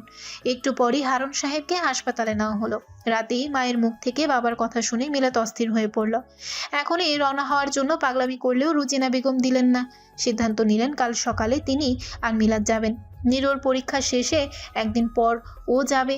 অনুরূপ ভোরের প্রথম আলোতেই ঢাকায় এসে পৌঁছায়। বাসায় ফিরে পৌঁছানোরও সময় পায়নি, সরাসরি হাসপাতালে ছুটে যায়।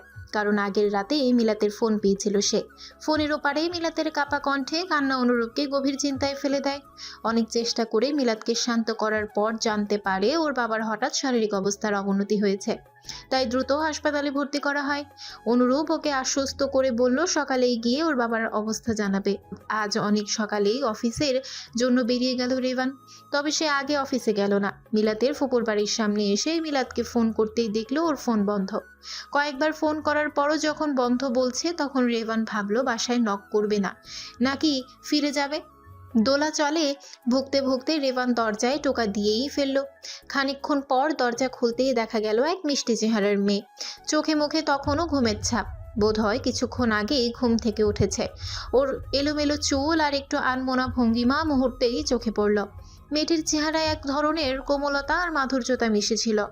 রেভান মেয়েটিকে চিনতে পারল। ওই দিন মিলাতের সাথে এই মেয়েই চেয়েছিল। কিছুটা ইতস্তত কণ্ঠে ও বলল, মিলাত আছে বাসায়? কে আপনি? নীরু জবাব না দিয়ে তীক্ষ্ণ স্বরে প্রশ্নটি করল। আমি মিলাতের বন্ধু। নীরু রেভানকে একবার জহুরি চোখে চেয়ে বলল, আপু আর আম্মু আজ সকালে ঢাকা গেছে। আপুর আব্বু মানে মামা হঠাৎ অসুস্থ হয়ে গেছেন, কাল রাতে হাসপাতালে ভর্তি করা হয়েছে। রেভান আফসোসের স্বরে বলল, ইস, এরপর কোনো খবর পাওয়া গেছে? না, ওরা এখনো পৌঁছেনি, পৌঁছে জানাবে আমাকে। আপনাকে যদি মিলাত কল করে তাহলে দয়া করে বলবেন অন্তত আমাকেও যেন একটা কল দেয়। আচ্ছা, ধন্যবাদ, আসি। রেভান চলে গেল সেখান থেকে। তবে নীরু একই ভঙ্গিতে দাঁড়িয়ে রইল। মিলাত আপুর এখানে এমন কোনো বন্ধু আছে সেটা তো জানতো না। মিলাত আর রুজিনা বেগম বেলা 12টায় পৌঁছালো ঢাকায়। হাসপাতালে পৌঁছাতে লাগলো আধ ঘন্টা। মিলাত এসেই মার হাত ধরে অসহায় গলায় বলল, মা বাবা কেমন আছে? মিনারা বেগম আশ্বস্ত স্বরে বললেন, এখন ঠিক আছে, আর একটু দেরি করলেই একটা অঘটন ঘটে যেত। কিভাবে হলো মা? চৈতি ফোন করেছিল, ওর সাথে কথা বলার পর থেকেই শরীর খারাপ হচ্ছিল একটু একটু করে। বাবা ফোন কেন রিসিভ করলো? ওর স্বভাবই তো মানুষকে কষ্ট দেয়া। মিনারা বেগম মলিন কণ্ঠে বললেন, আমার পেটের কলঙ্ক, ওর জন্য তোর জীবনটা ছারখার হয়ে গেছে। ওকে যদি জন্মের পরেই নুন খাইয়ে মেরে ফেলতাম তাহলে আজ এত অশান্তি হতো না। বলতে বলতেই মিনারা বেগম কেঁদে ফেললেন। মিলাত মাকে বুকে জড়িয়ে ধরে বলল, ছি মা, এসব কি বলছো? আমার জীবন ঠিকই আছে, তুমি নিজের উপর দোষ নিও না। শান্ত হও আর বাবার খেয়াল রাখো। মিনারা বেগম তবুও কেঁদেই যাচ্ছেন। মিলাত মাকে কোনো রকম শান্ত করে বাবাকে দেখতে গেল। রোজিনা বেগম আগেই এসেছেন ভাইয়ের কাছে। হারুন সাহেব মিলাতকে দেখে বলল, তোর বেড়ানো শেষ? এত তাড়াতাড়ি চলিলি কেন? রোজিনা বেগম মুখে ঝামটা মেরে বললেন, ভাই, তোমার ছোট্ট মেয়ে তো তোমার কথা শুনে পারলে কাল রাতেই উড়ে চলে আসে। ভাগ্যিস ডানা ছিল না। মিলাত আর হারুন সাহেব দুজনেই হেসে ফেলল। হাসতে হাসতেই হারুন সাহেব বললেন, আমার মেয়ে তো খবর শুনেই চলে এসেছে, আর তুই বোন হয়ে বছরে একবারও আসিস না। আমারও তো ছেলে মেয়ে আছে দুটো। তোমার মেয়ে হোক, তখন দেখবো কিভাবে আসো। আমার মেয়ে 10টা হলেও আসবে। মিলাত দাঁড়িয়ে দাঁড়িয়ে ভাই বোনের ঝগড়া দেখছিল। বাইরে থেকে মিনারা বেগম এসে হাঁক ছেড়ে বললেন, এবার চুপ করো সবাই। মিনারা বেগমের ডাকে দুই ভাই বোন দুজনেই চুপ হলো। তিনি কপট রাগের গলায় বললেন, দুটোতে এখনো বাচ্চাই রয়ে গেছে। এই বয়সে এসেও ঝগড়াঝাটি লেগেই আছে। এই রুজিনা, তুই আয় আমার সাথে মিলাতে থাকুক এখানে, আমরা আসার পরও যাবে। হারুন সাহেব বললেন, আমি থাকতে পারবো। মিলাদকে নিয়ে যাও, মেয়েটা এত দূর থেকে এলো। বাবা তুমি রেস্ট নাও, আমি ঠিক আছি। মা ফুপু তোমরা বেরিয়ে পড়ো। মিলাত মা এবং ফুপুকে হাসপাতালের গেট পর্যন্ত এগিয়ে দিয়ে যখন আবার ফিরছিল, তখন অনুরূপের সাথে দেখা হয়ে গেল। অনুরূপ ওকে দেখে স্বভাবসুলভ হেসে বলল, আপনার বাবা ঠিক আছেন, এত অস্থির হবেন না। অনেক ধন্যবাদ আপনাকে। বাসায় গিয়েছিলেন? না, ঢাকায় পৌঁছে হাসপাতালে চলে এসছে। ইস, আমার জন্য এত হয়রানি হতে হলো আপনার। আরে না, এটা আমার দায়িত্ব।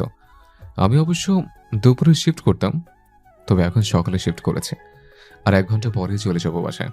ও আচ্ছা, আমিও এখনো বাসায় যাইনি। মা আর ফুপু গেছেন বাবার জন্য খাবার নিয়ে আসতে। তারা আসলে আমিও যাব। বাহ, বেশ ভালো। আরও কিছু বলার আগে অনুরূপের ডাক এলো। অনুরূপ মিলাদকে বিদায় জানিয়ে চলে গেল।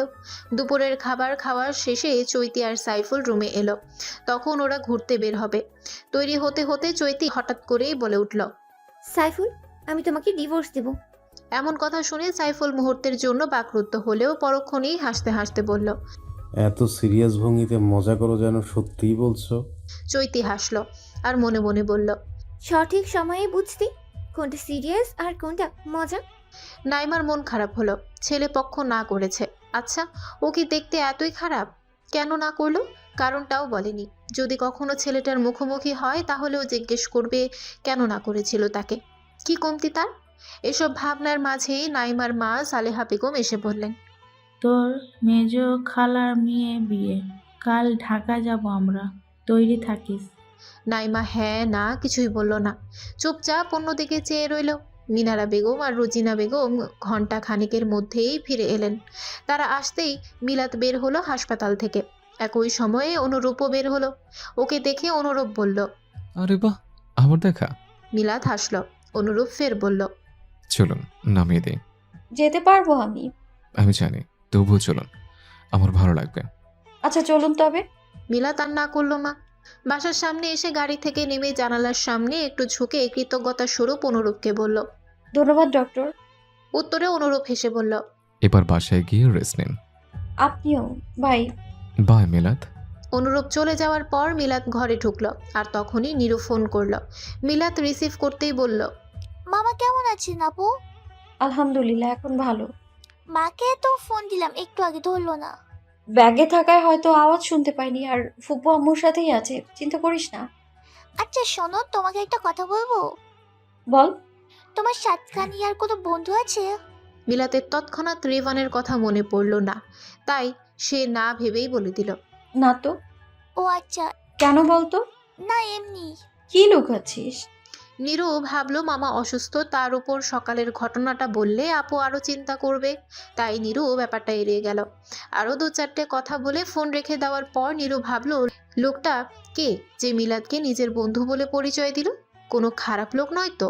কাল অনেক ঘোরাঘুরি হয়েছে, তাই আজ বিশ্রাম নিচ্ছিল সাইফুল আর চৈতি। তবে চৈতি দুপুর হতেই উঠে গেছে, কিছু কেনাকাটা করা লাগবে। আজ রাতের বাসেই ওরা কক্সবাজার যাবে। চৈতি নিজেই তৈরি হলো, সাইফুলকে ডাকার প্রয়োজন মনে করলো না। শপিংয়ে বেরিয়ে প্রথমে কিছু সুতির টপস, একটা সানগ্লাস নিল।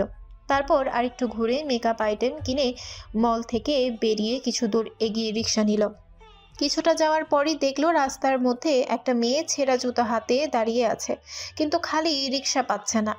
চৈতি তৎক্ষণাৎ রিক্সা থামিয়ে রিক্সা থেকে নেমে গিয়ে মেয়েটার সামনে বলল, তুমি রেভান ভাইয়ার বোন না?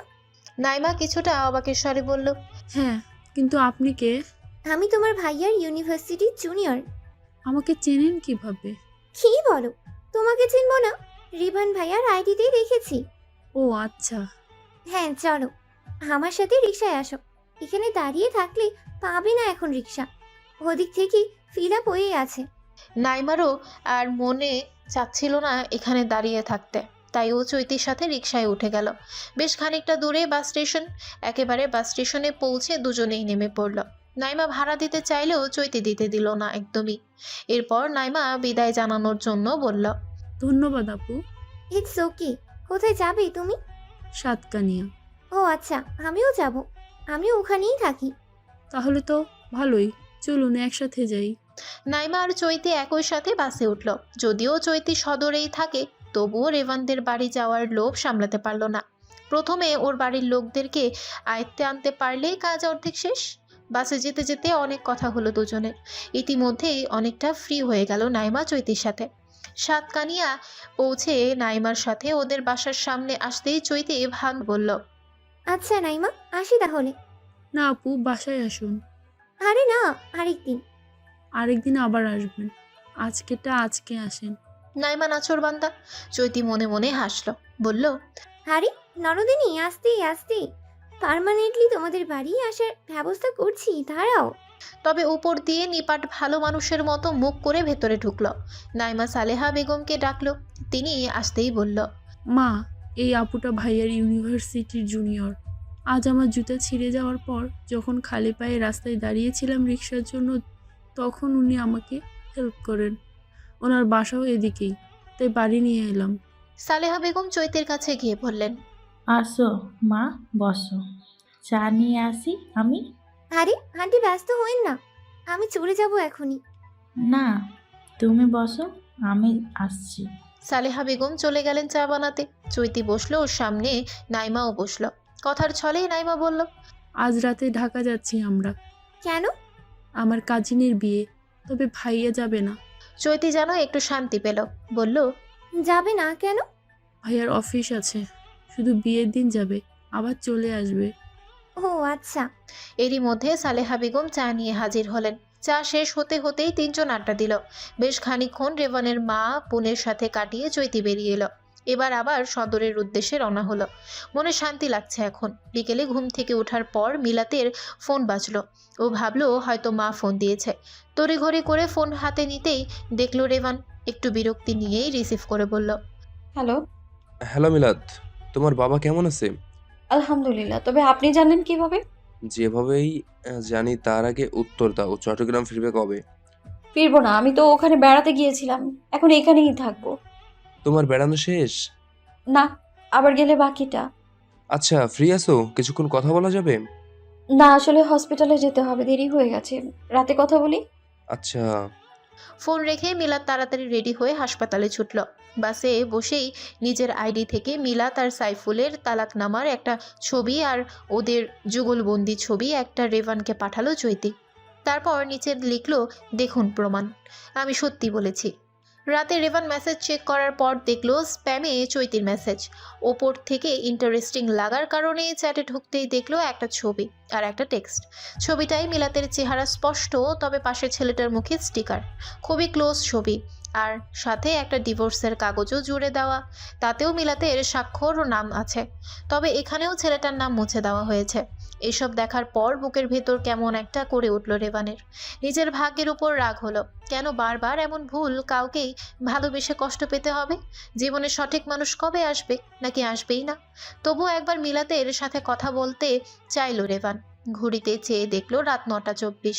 ফোনে মিলাতের নাম্বার ডায়াল করলো, কিন্তু রিসিভ হলো না। বেশ কয়েকবার ডায়াল করার পরও রিসিভ হলো না। মেজাজ খারাপ হলো রেবানের। ফোনটা বিছানায় ছুঁড়ে ফেলে আরাম কেদারায় চোখ বন্ধ করে বসে রইল। এর মিনিট 5 পরেই সালেহা বেগম একদম তৈরি হয়ে এসে বললেন, বের হচ্ছি আমরা, তুই বিয়েতে চলে আসিস, নয়তো তোর খালা মন খারাপ করবে। আসবো, সাবধানে যাও। সালেহা বেগম, নাইমা, রেভানের বড় ভাবি আর বাবা বেরিয়ে পড়ল। বাড়িতে কেবল ও আর বড় ভাই আছে। বড় ভাই ছুটি পায়নি, তাই যেতে পারছে না। ছুটি পেলে 2 ভাই একসাথেই যাবে। সালেহা বেগম যাবার পরপরই রেভানের ফোন এলো। দ্রুত ফোনের কাছে এসে দেখলো মিলাতের কল। মুহূর্তে এর জন্য ভালো লাগা কাজ করলেও মনে পড়ে গেল চৈতির পাঠানো ছবির কথা। ফোন রিসিভ করে কর্কশ স্বরে বলে উঠল, কোথায় ছিলে? কল রিসিভ করোনি কেন? বাবাকে খাওয়াচ্ছিলাম। মিথ্যা বলো না, প্রথম থেকে তুমি নিজের সম্পর্কে কিচ্ছু বলনি আমাকে। মিলাত অবাক হলো। ছেলেটা এমন করছে কেন? আর ও কি বলবে নিজের সম্পর্কে? মিথ্যাটাই বা কোনটা বলেছে? কিছুই বুঝতে পারলো না মিলাত। ও কিছুটা দ্বিধাদ্বন্দ্বিত স্বরে বলল, কি বলছেন এসব আপনি? আমি কিছু বুঝতে পারছি না। তুমি বিবাহিত এবং ডিভোর্সি। মিলাতের খানিকটা শক লাগলো। এই কথাগুলো এই ছেলেটা জানলো কিভাবে? জানাতে সমস্যা নেই, বরঞ্চ মিলাত নিজেই এসব বলতো ওকে। তবে পরিস্থিতিটাই এমন গোলমেলে হয়ে গেল যে দ্রুত চট্টগ্রাম ছাড়তে হলো। তবে প্রশ্ন হলো, ও যদি না বলে তাহলে বলার মতো কাউকেই তো নজরে আসছে না। মিলাত অনেক ভেবেও পেল না। ভাবনার ঘোর কাটে রেভানের কর্কশ্বরে।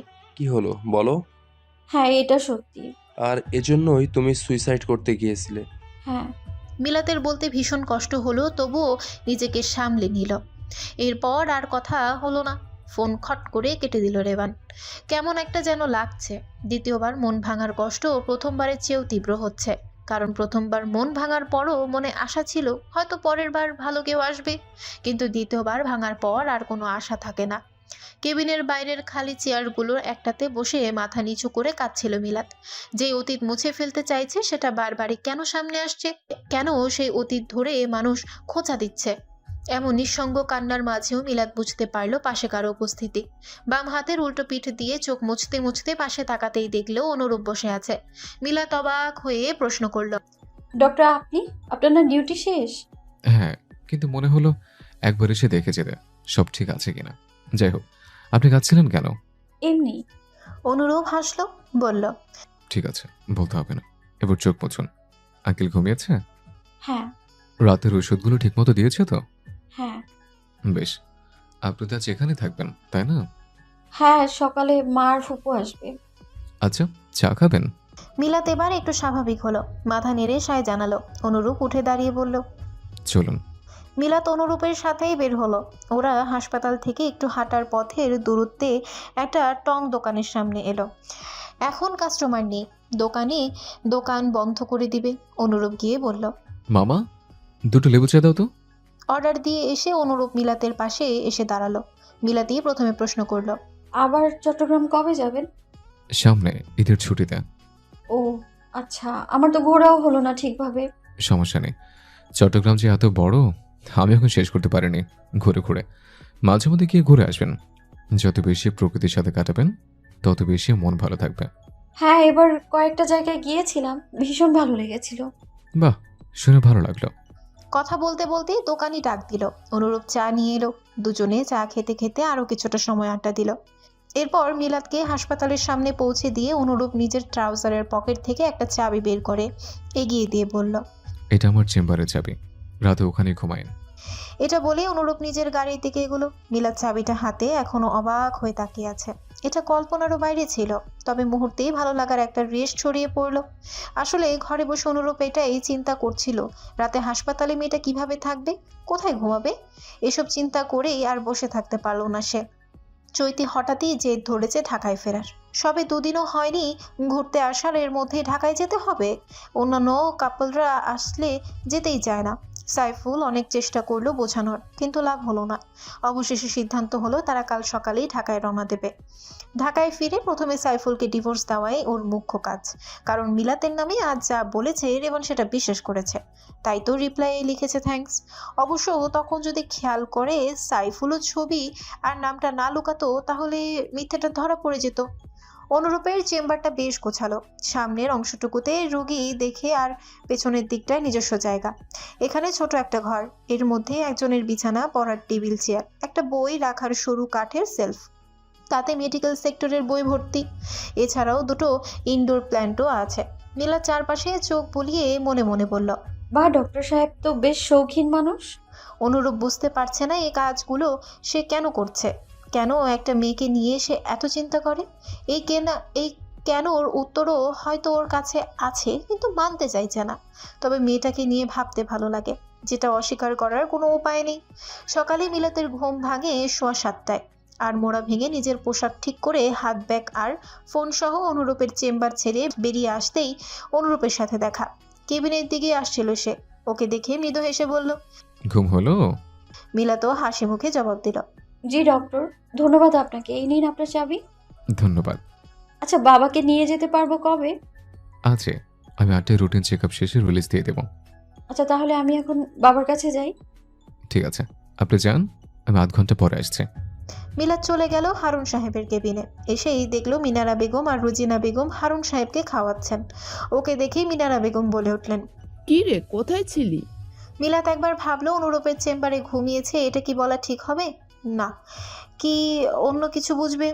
আশঙ্কার কথা চিন্তা করে মিলাত সত্যিটা বলল না, এগিয়ে আসতে আসতে বলল, কাছেই গিয়েছিলাম চা খেতে। রুজিনা বেগম ভাবিকে বললেন, ইস, সারা রাত জেগেছিল মেয়েটা, এই জন্য ঘুম পাচ্ছিল বলেই চা খেতে গেছে। মিনারা বেগমও মাথা নাড়লেন, বললেন, তুই বাসায় যা, আমরা তোর বাবাকে নিয়ে আসছি। সমস্যা নেই, আর কিছুক্ষণই তো, বাবাকে একটু পরে রিলিজ দেবে। এবার হারুন সাহেব মুখ খুললেন, বললেন, হ্যাঁ, তোর মায়ের কথা শোন, বাড়ি যা, আমি ঠিক আছি। বাবা মা ফুপুর জোড়াজুড়িতেই মিলাত আর থাকতে পারলো না। বেরিয়ে যাবার সময় শুনতে পেল দুটো নার্স ওর পেছনে নিচু গলায় কথা বলছে ওরই ব্যাপারে। একজন বলছে, দেখেছো তমা, এই মেয়েটা গতকাল রাতে অনুরূপ স্যারের চেম্বারে ঘুমিয়েছিল। কি বলো, সত্যি? তার বলতে আমি নিজের চোখে দেখেছি ওকে ঢুকতে।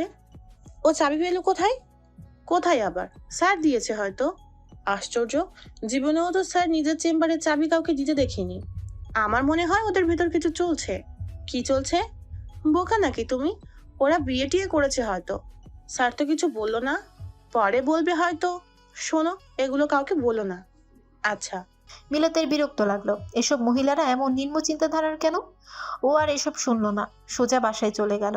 এদিকে পুরো হাসপাতালে নার্সদের মধ্যে রটে গেছে ডাক্তার অনুরূপ বিয়ে করেছে এবং তার 2টি পুত্র সন্তানও রয়েছে। এসব কথা অনুরূপের কানেও এসেছে। রাগের বদলে অনুরূপ যেন মজাই পেল কথাগুলো শুনে। সাইফুল খেয়াল করেছে ইদানিং চৈতির ব্যবহার অন্যরকম, আগের মতন মাখো মাখো ভাবটা নেই, কেমন যেন এড়িয়ে চলে। সারাক্ষণ নিজের মনে কি যেন ভেবে ভেবে হাসে, আবার ওর সামনে গেলে মুখটা বেজার করে রাখে। কি হয়েছে জিজ্ঞেস করলেও ঠিকঠাক উত্তর পাওয়া যায় না। আজ ঢাকায় ফিরে খোলাখুলি আলোচনা করার কথা ভাবছে সাইফুল। চৈতির কি হয়েছে এটা জানতেই হবে। রিভানের কোনো কাজেই মন বসছে না, কেমন যেন ছন্ন ছাড়া দিন কাটছে আজ। নিজের উপরেই নিজে বেজায় বিরক্ত হলো সে।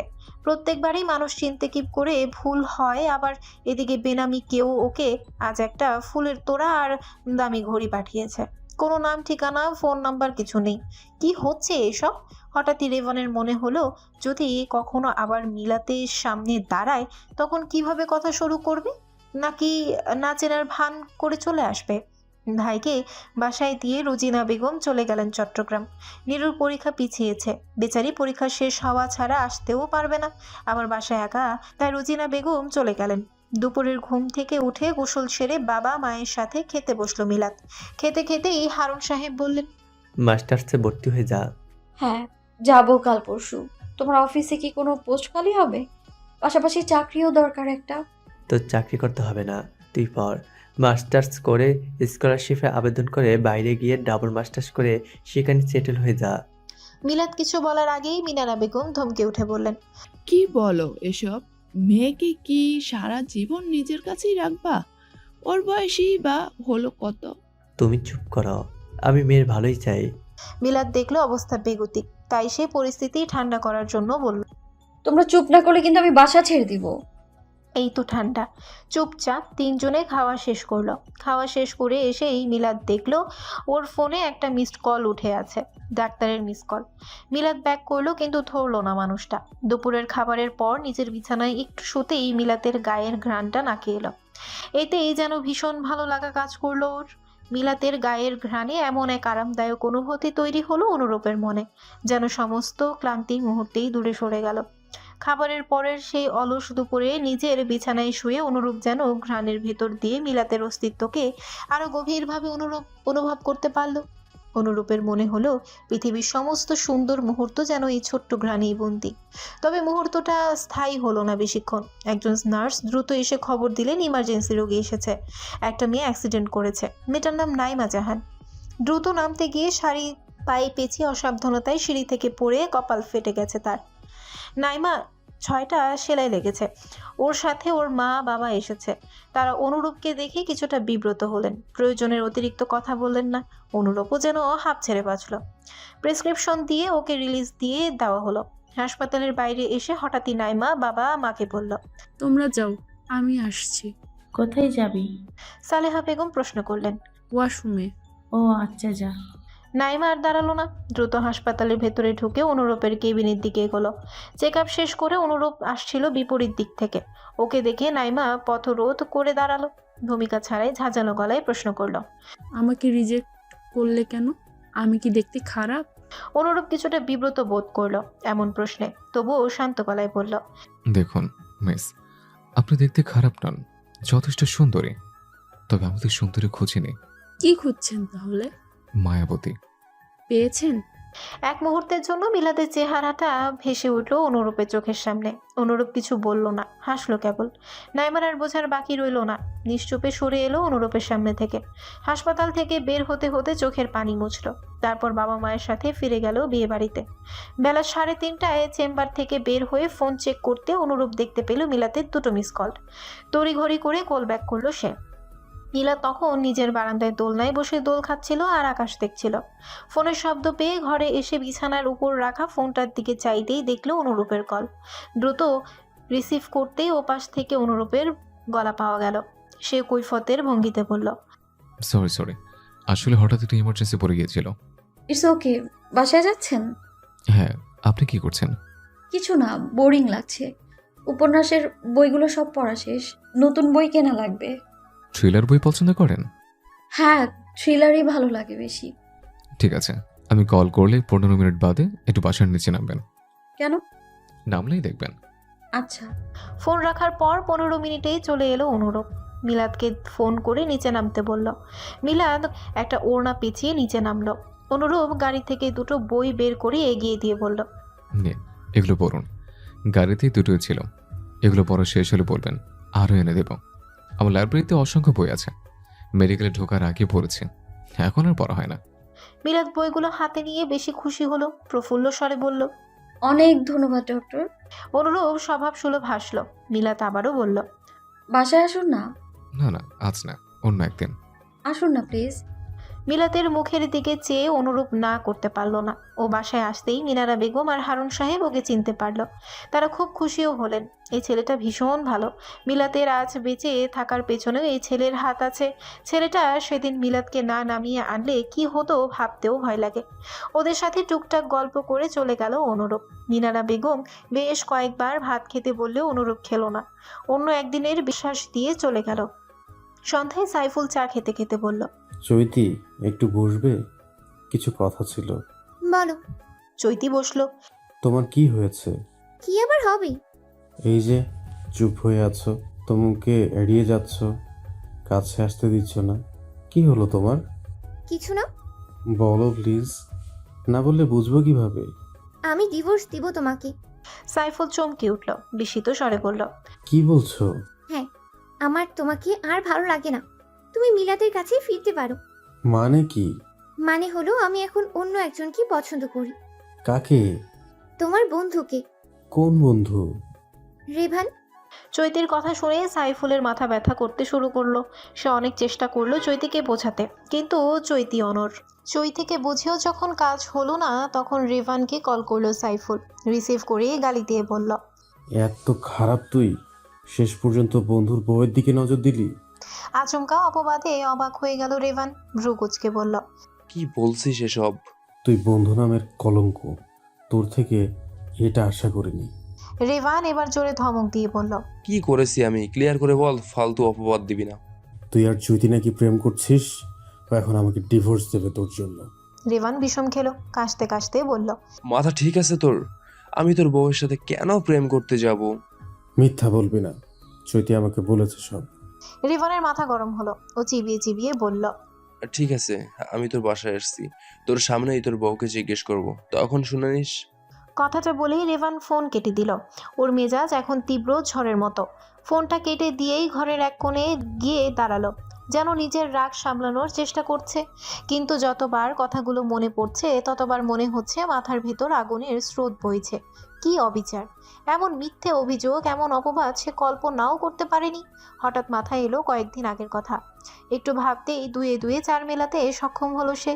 তার মানে নিজের কুৎসিত আকাঙ্ক্ষা পূরণের জন্য চৈতি মিলাতের নামে মিথ্যা বলেছে, যেন ও মিলাতকে ভুল বুঝে দূরে সরে যায়। রেভানের সাথে সাথে মাথায় হাত দিয়ে বসে পড়ল। এই মুহূর্তে নিজেকে জুতো পেটা করতে ইচ্ছে করছে। কেন যাচাই না করে রাগের বশবর্তী হয়ে মেয়েটাকে অমন কঠিন কথাগুলো শোনালো? এখন কোন মুখে দাঁড়াবে মেয়েটার সামনে? নিজের ভুলের জন্য নিজেকেই দোষারোপ করতে শুরু করলো রেভান। তবে মনে মনে প্রতিজ্ঞা করল, কাল পৌঁছেই মিলাদকে সরি বলবে। সকালে ঘুম থেকে উঠে চৈতি নিজের লাগেজ গুছিয়ে ফেলল। এখন মুখ্য কাজ হচ্ছে বাবার বাড়ি যাওয়া। সাইফুলকেও বলার প্রয়োজন মনে করলো না সে। বাসা থেকে বেরিয়ে হারুন সাহেবের বাসার উদ্দেশ্যে রওনা দিল চৈতি। সকালে ঘুম ভেঙেছে মিলাতের, আর মোড়া ভেঙে উঠে বসতেই মুখে এসে লাগলো রোদের উষ্ণতা। এক টুকরো হাসি দেখা গেল ঠোঁটের কোণে। আজ ভার্সিটিতে যাওয়া লাগবে, মাস্টার্সের ফর্ম তুলতে হবে। ফ্রেশ হয়ে রান্নাঘরের দিকে গেল মিলাত। মা নাস্তা বানাচ্ছে দেখে মিলাত বলল, দেখি দাও আমায়, আমি করছি। তোর এগুলো করা লাগবে না, তুই একটু চা বসা, আদা লবঙ্গ আর লেবু দিস। তোর বাবার ঠান্ডা লেগেছে হঠাৎ। মিলাত চায়ের পানি বসাতে বসাতে জানতে চাইল, কিভাবে? জানি না, হঠাৎ সকাল থেকে বলছে গলা ব্যথা। ঠিক আছে, গরম পানি চা আর সব গরম গরম খাওয়াই। চলে যাবে? ওটাই করছি। আব্বু কি অফিসে যাবে? হ্যাঁ, রেডি হচ্ছে। মিলাত চা নিয়ে বাবার ঘরে গেল। হারুন সাহেব গলার টাই বাঁধছেন। মিলাতে গিয়ে এসে বললেন, আব্বু আমি বেঁধে দিই। হারুন সাহেব আপ্লুত হয়ে বললেন, দে মা। মিলা সুন্দর করে বাবার টাই বেঁধে দিল। হারুন সাহেব মেয়ের মাথায় হাত বুলিয়ে দিয়ে বলল, সবসময় খুশি থাকিস মা, কখনই নিজেকে ছোট ভাববে না, বাবা তো আছেই। মিলাতের চোখে পানি জমলো, তবুও নিজেকে সামলে নিয়ে কপট রাগের ভঙ্গিতে বলল, ঠান্ডা বাদিয়েছ কিভাবে? এখনো বাচ্চামো কেন করো? এই নাও চা খাও, সুস্থ থাকতে হবে তো। হারুন সাহেব হাসলেন। বাবার হাসি দেখে মিলাতেও হেসে দিল। হারুন সাহেব নাস্তা খেয়ে অফিসে যাবার পরপরই চৈতি আসলো। ওকে দেখে মিনারা ব্যগ্র চটে গেলেন। কঠোর স্বরে জিজ্ঞেস করলেন, কেন এসেছিস? চৈতি মায়ের পেছনে দাঁড়িয়ে থাকা মিলাতের দিকে চেয়ে বলল, শুনলাম তোমাদের আদরের মেয়ে নাকি কষ্টে মারা যাচ্ছে। জামাইয়ের শোকে বোন হয়ে বোনের কষ্ট কি দেখতে পারি? তাই তো ছেড়ে দিয়ে এলাম গাধাটাকে। গিয়ে আবার চুলে পড়তে বলো। মিনারা বেগম সাথে সাথে চড় লাগালেন মেয়ের গালে। চিৎকার করে বললেন, চলে যা এখান থেকে। আমার সম্পত্তির ভাগ দাও, তাহলেই যাব। কিসের সম্পত্তি? তোকে ত্যায্য করেছি। ওটা মুখে, কাগজে কলমে হয়নি। এত কথা শুনতেই চাই না আমি। সম্পত্তির ভাগ চাই, ব্যাস। পাবি না। দেখা যাক, যতদিন আমি আমার সম্পত্তি না পাই ততদিন আমি এখানেই থাকবো। এটা বলেই মিনারা বেগমকে ধাক্কা দিয়ে ভেতরে ঢুকে নিজের রুমে চলে গেল চৈতি। মিনারা বেগম আঁচলে মুখ লুকিয়ে কাঁদছেন। কি এমন অপরাধের শাস্তিতে সৃষ্টিকর্তা তাকে এমন অভিশাপ দিলেন? মিলাত মাকে সামলে ঘরে দিয়ে এসে নিজেও নিজের ঘরে গেল। ঘরে ঢুকে দরজা বন্ধ করলো। বুকটা ধরফর করছে, শ্বাস যেন আটকে আসছে। চৈতির কথাগুলো বারবার কানে বাজছে। আর সেই তাচ্ছিলের হাসিটা মনে পড়লেই গা শিউরে উঠছে। মানুষ কিভাবে এত নিকৃষ্ট হতে পারে?